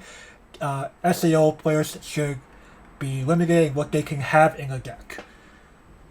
Similarly, Day Alive, My Little Shigo and War Spirit Kurumi definitely do not go in the same deck. That is very unhealthy, terrible design. Have one or the other, not both. You get one modular card, that's it. On restrictions now. I don't mess with Cinderella Girls. Everything can come back except Kome. Loves horror Kome. I think it's a terrible, terribly designed card. Does not deserve the light of day ever again. There's a reason why every other variant of her has been on reverse or on death. This card does not need to... Yes, really. I think the second card that came out with this effect was a level 0 in Kimono Friends. Kimono Friends, Sukanochi. Yeah, and she can only hit yellow climaxes too. Right, but she's not on play duel. She's on Central waiting room. Central waiting room, yeah. So Kome is terrible design. It's not considered the light of day. You can have everything else. You can have everything else back. Miria, yes. Shiba Ring, yes. Power Smile Ring, absolutely. Noctis. This card stays in the abyss where it belongs. Man. Okay. I mean, if you got all right. I don't disagree with you on that. I think they could definitely just ban that card and let everything else off the list, and it would be totally fine. Yeah, I really agree with you. I don't know if that's what they'll do, but I agree with you. I think Kome is a problem card. Yep. All right, Monogatari. It's time. They've outlived their prison sentence at this point. Milky Holmes. Cordelia's Garden. It's honestly, with how fast the game's going, and this being a 2-stock versus a 1-stock, and I think, and this one also doesn't let you choose which cards you heal, just only heal the top 2. This can come back too far. It's not good. I don't see Milky Holmes jumping up several places in A tier just because this comes back too far. It doesn't even have the space for 4 of them. Exactly. It's kind of like a no-brainer, right? And Gochi Usa does, again, what is Gochi Usa doing? Nothing. Let them have both of these cards back. It will be no problem. Yeah, when Coco Chino was like a really unique and powerful finisher, then I understand why they took the ability, because that's kind of a broken, bomb. But I agree with you. This thing, you can have both in the same deck. It could probably come back as like a B tier or something, but probably not beyond that. Sure. All right. Anyway, I'm gonna hand the torch off to our honored guest here, Mike. So we're gonna have him read off his goods. Say, y'all put too much faith in me. I'm gonna be honest with you. When I was asked to give this list, I didn't have my typical list in front of me, so I sort of just gave it off the top of my head, and we'll go with it. So as far as it goes, Saekano, I really think that they're gonna take one of these 4 cards and they're gonna put it on the list with the level 3 card. Because you're always, those cards are the cards. I mean, obviously they're not gonna take the cards that were created in the set to go to memory for the Kato, but they'll help out by taking something that enables it. So I think they're gonna. I don't know which one of those they're gonna grab. To be honest with you, I think they all have their own utility in their own way, right? You think they're all equally guilty? Yeah, all those cards are equally guilty, and they're equally annoying. Too good to have all of them in the same deck with the Kato. I don't even think 3 of them is a good idea, but I know sometimes Bucci's either going to go really heavy-handed on it or really light on it if they do anything about it at all. That's my guess. I could see that. I think that they'll make it. They'll probably make it if they use one of these. They'll probably make it the JC. I think they'll probably put JC on the list with it because JC also allows you to get into green a little. I don't know. It helps with your color fix and everything else. You know. It really does. Definitely. Yeah. Definitely. Like, so I think if they do it, it's going to be that, but it could be one of any of those. For sure. I would like to see that at least. As far as Data Live goes, I think either they're going to give you a choose one of 2 with the Kurumi level 3 or the event. In which case, I mean, I'll be honest with you, I would just run the Origami level 3 and it would still be a broken deck. But I know some people it makes it a much more broken deck to have the trimodal Kurumi in there. Or I think they might just ban the event. Ban the event, oh, right. No, that's definitely a hot take. And the reason why I think that's possible, right, is because I think the level 1 Kotori is too good with that event. But I don't think they want to get rid of the level 1 Kotori. Or put that anywhere near a list, because by itself, it's, I mean, yeah, man, I'm tired of seeing my opponents luck sack into, netting 6 cards in a turn. That sucks. But, I mean, I'm sure there's games that some other people play against where they, see a trigger every turn. So, the card in and of itself is probably a little over spec, but not good enough to be on the list. But I think the problem card in the set is the event in general. I think that's the problem card. I think even without that card, the Kurumi is really good, but it's not as good. That's just my thoughts on it, though. Because, if you early play the Kurumi with the standby, then you move it up to the front row, and at least if you don't have that dumb event, they can't kill whatever to make it so it's more difficult for you to sustain and then kill the Kurumi. For sure. Correct. I think it hurts you. I think it hurts the opponent's resources too much. That's just me. Again, as far as IMAS, what I would prefer they go with what Rin said. I would prefer that. I think they could totally just ban the hell out of Kome and let everything else go. The deck will be fine. I mean, realistically, even with Kome, the deck's probably not even A tier anymore, because what does it do at level 1? Nothing. It sits back on overpowered cards. That's all it does. It sits back on overpowered level 1s. And then at that point, it's just not even. It's like a bad Milky Holmes. It's not defendable with no climax combo. I don't think it matters. But what I think they will do is I think they will just take Power of Smile Rin off, and I think that's because that card is exclusive to working in one deck, and because of that, it's not a threat. I think they still see, for whatever reason, having the actual the Akatsuki Rin Shibuya and the Riki as bad in the same deck. I don't know why. I can't imagine that deck's gonna do anything. But again, Bushi sometimes likes to play it really conservative, and I think if they're playing it conservative, they'll take the Power of Smile off, and they'll just allow you to use one of those cards, or they'll do that and ban Kome. That's a possibility too. We'll see, right? Yeah. As far as I don't think they're gonna ban anything in Sword Art. I really don't. I think if they were going to, I honestly think it would be a choose one of 2 between Spriggan and Xenon level 3, because the Xenon level 3 allows you to run 8 pan. That's me. But I don't think they're gonna do anything to it. I think. Holy crap! That's the easiest choice in my life. Same. But Japan might not think the same thing, and they care more about what Japan's doing than what we're doing. Sure. And like I said, I've been seeing that deck sneak up a lot in Japan. Yeah. So it makes sense to me, but I get why somebody else would take a different take on it. I just don't think. I think Bushi actually likes Sword Art too much to want to ban anything from that set. I really do. It's weird. All right. But Fair enough. I think they can unlimit Marika. I really do. Nisekoi is doing nothing. It will never do anything again. Marika is a very unfair card, but it's an unfair card in a deck that has nothing else going for it. Like, you have an early play that searches out a card. You don't have any early play healers that are worthwhile. The most you have is on a change, and it's terrible, like the amount of resources you have to put into it. Marika takes a lot of stock. So, yeah, you have a free burn one on attack. I get that. That's rough. But looking at that aside, you're only getting one restand. You'll never have the cards in your hand to be able to pull off more than one Marika, because you pitch 3. Especially with how fast the game has become. Yeah, and she's not big enough. She can't get over like any modern level 3s. Oh. So like you have the ability to like slam, your free fresh down and boost one of them, but you're not doing it on 2 of them, right?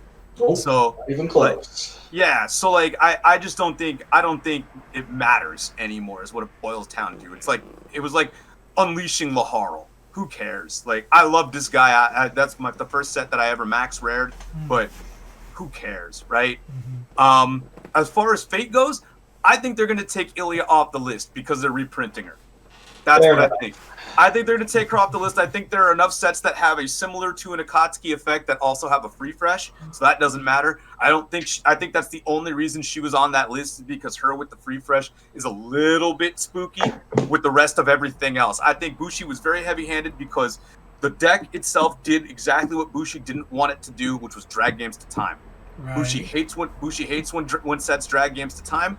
So because it's rough on their judges and they don't like giving double losses, right? Mm-hmm. So the fact that it was becoming an attrition deck and taking games to time, like I played against a player in Nats that was playing the Heaven's Field deck and he conceded because like I was ahead in damage, but like we weren't getting anywhere, like and time was about to be up.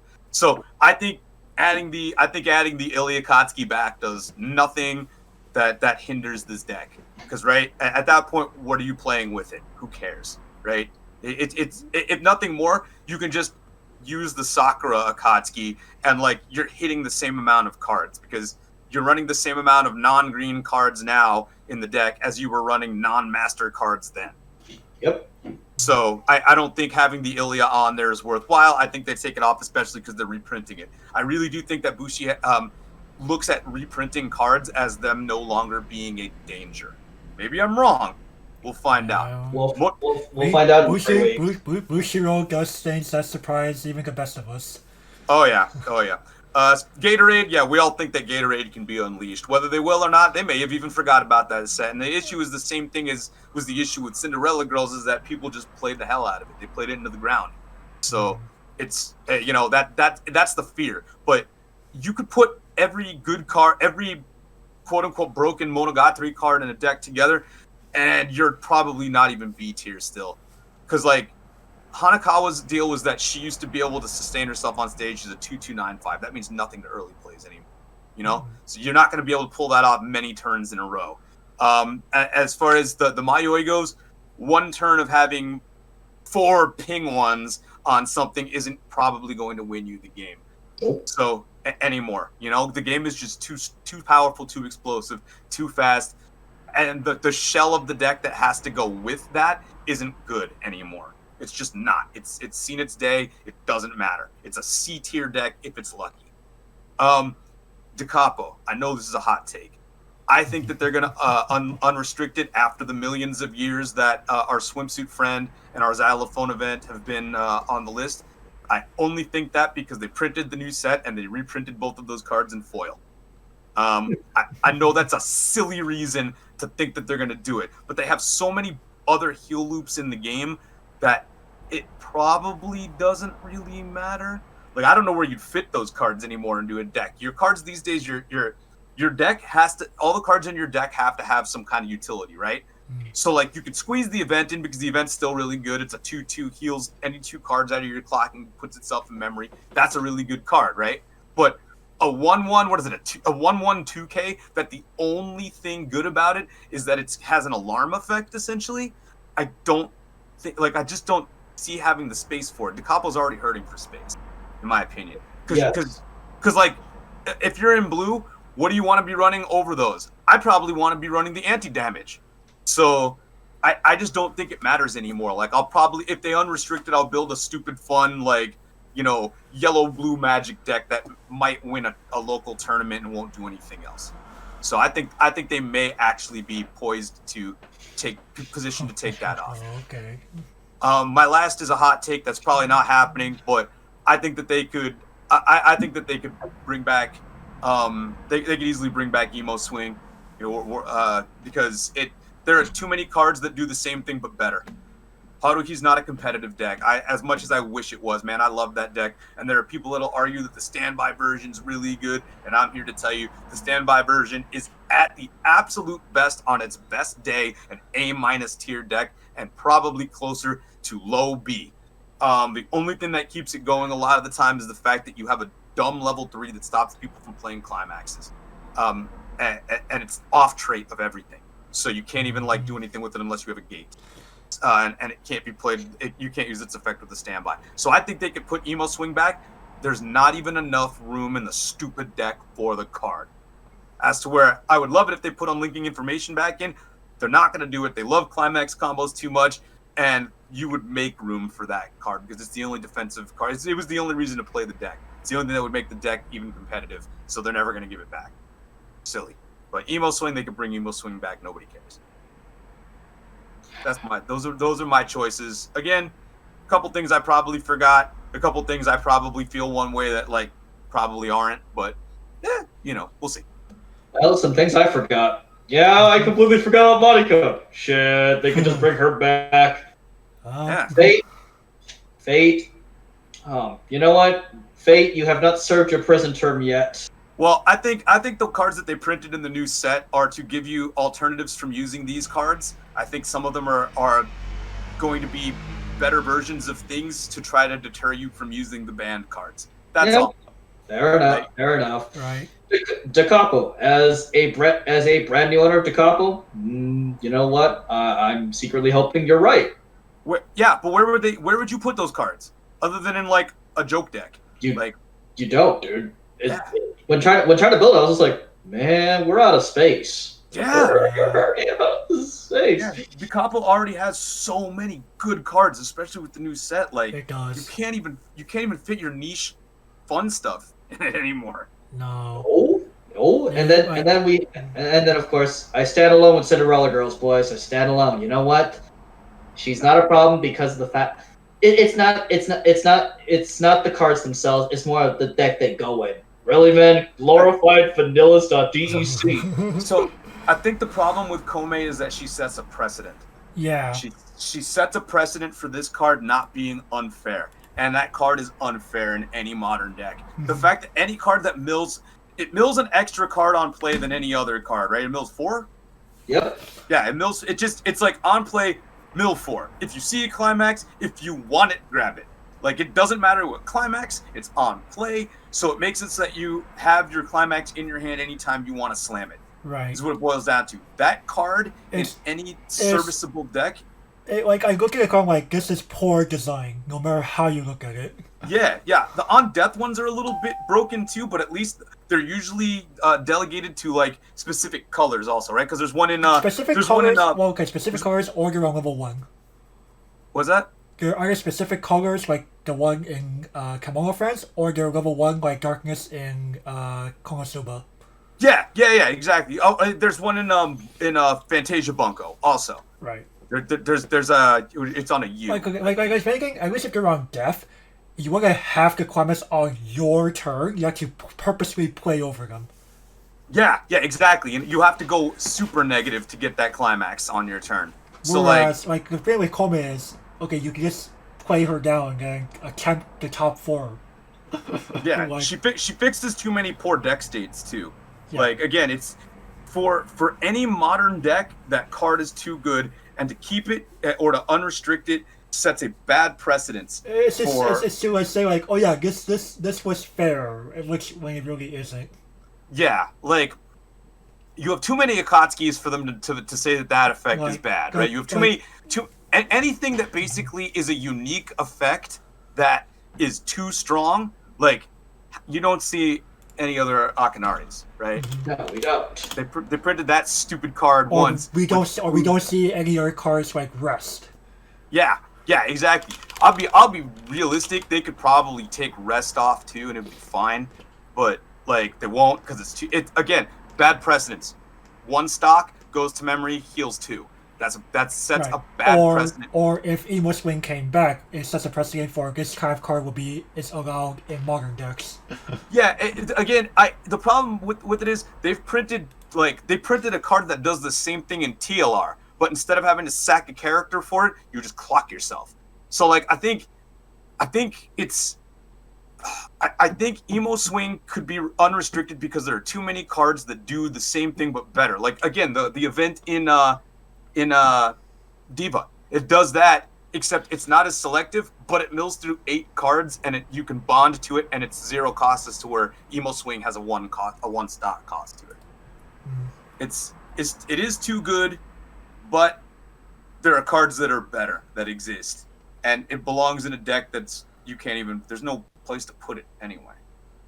I don't know. Well, we know Bushiroad wants to work in strange ways, right? It really does. It really does. And well, oh boy, I can't believe it. It's actually going to happen next week, gentlemen. It's actually going to happen next week. Prove it. Well, in a week or two, actually. In a week or two. In a week or two. Well, yeah. All right. Well, but it's not effective until December anyway. Right.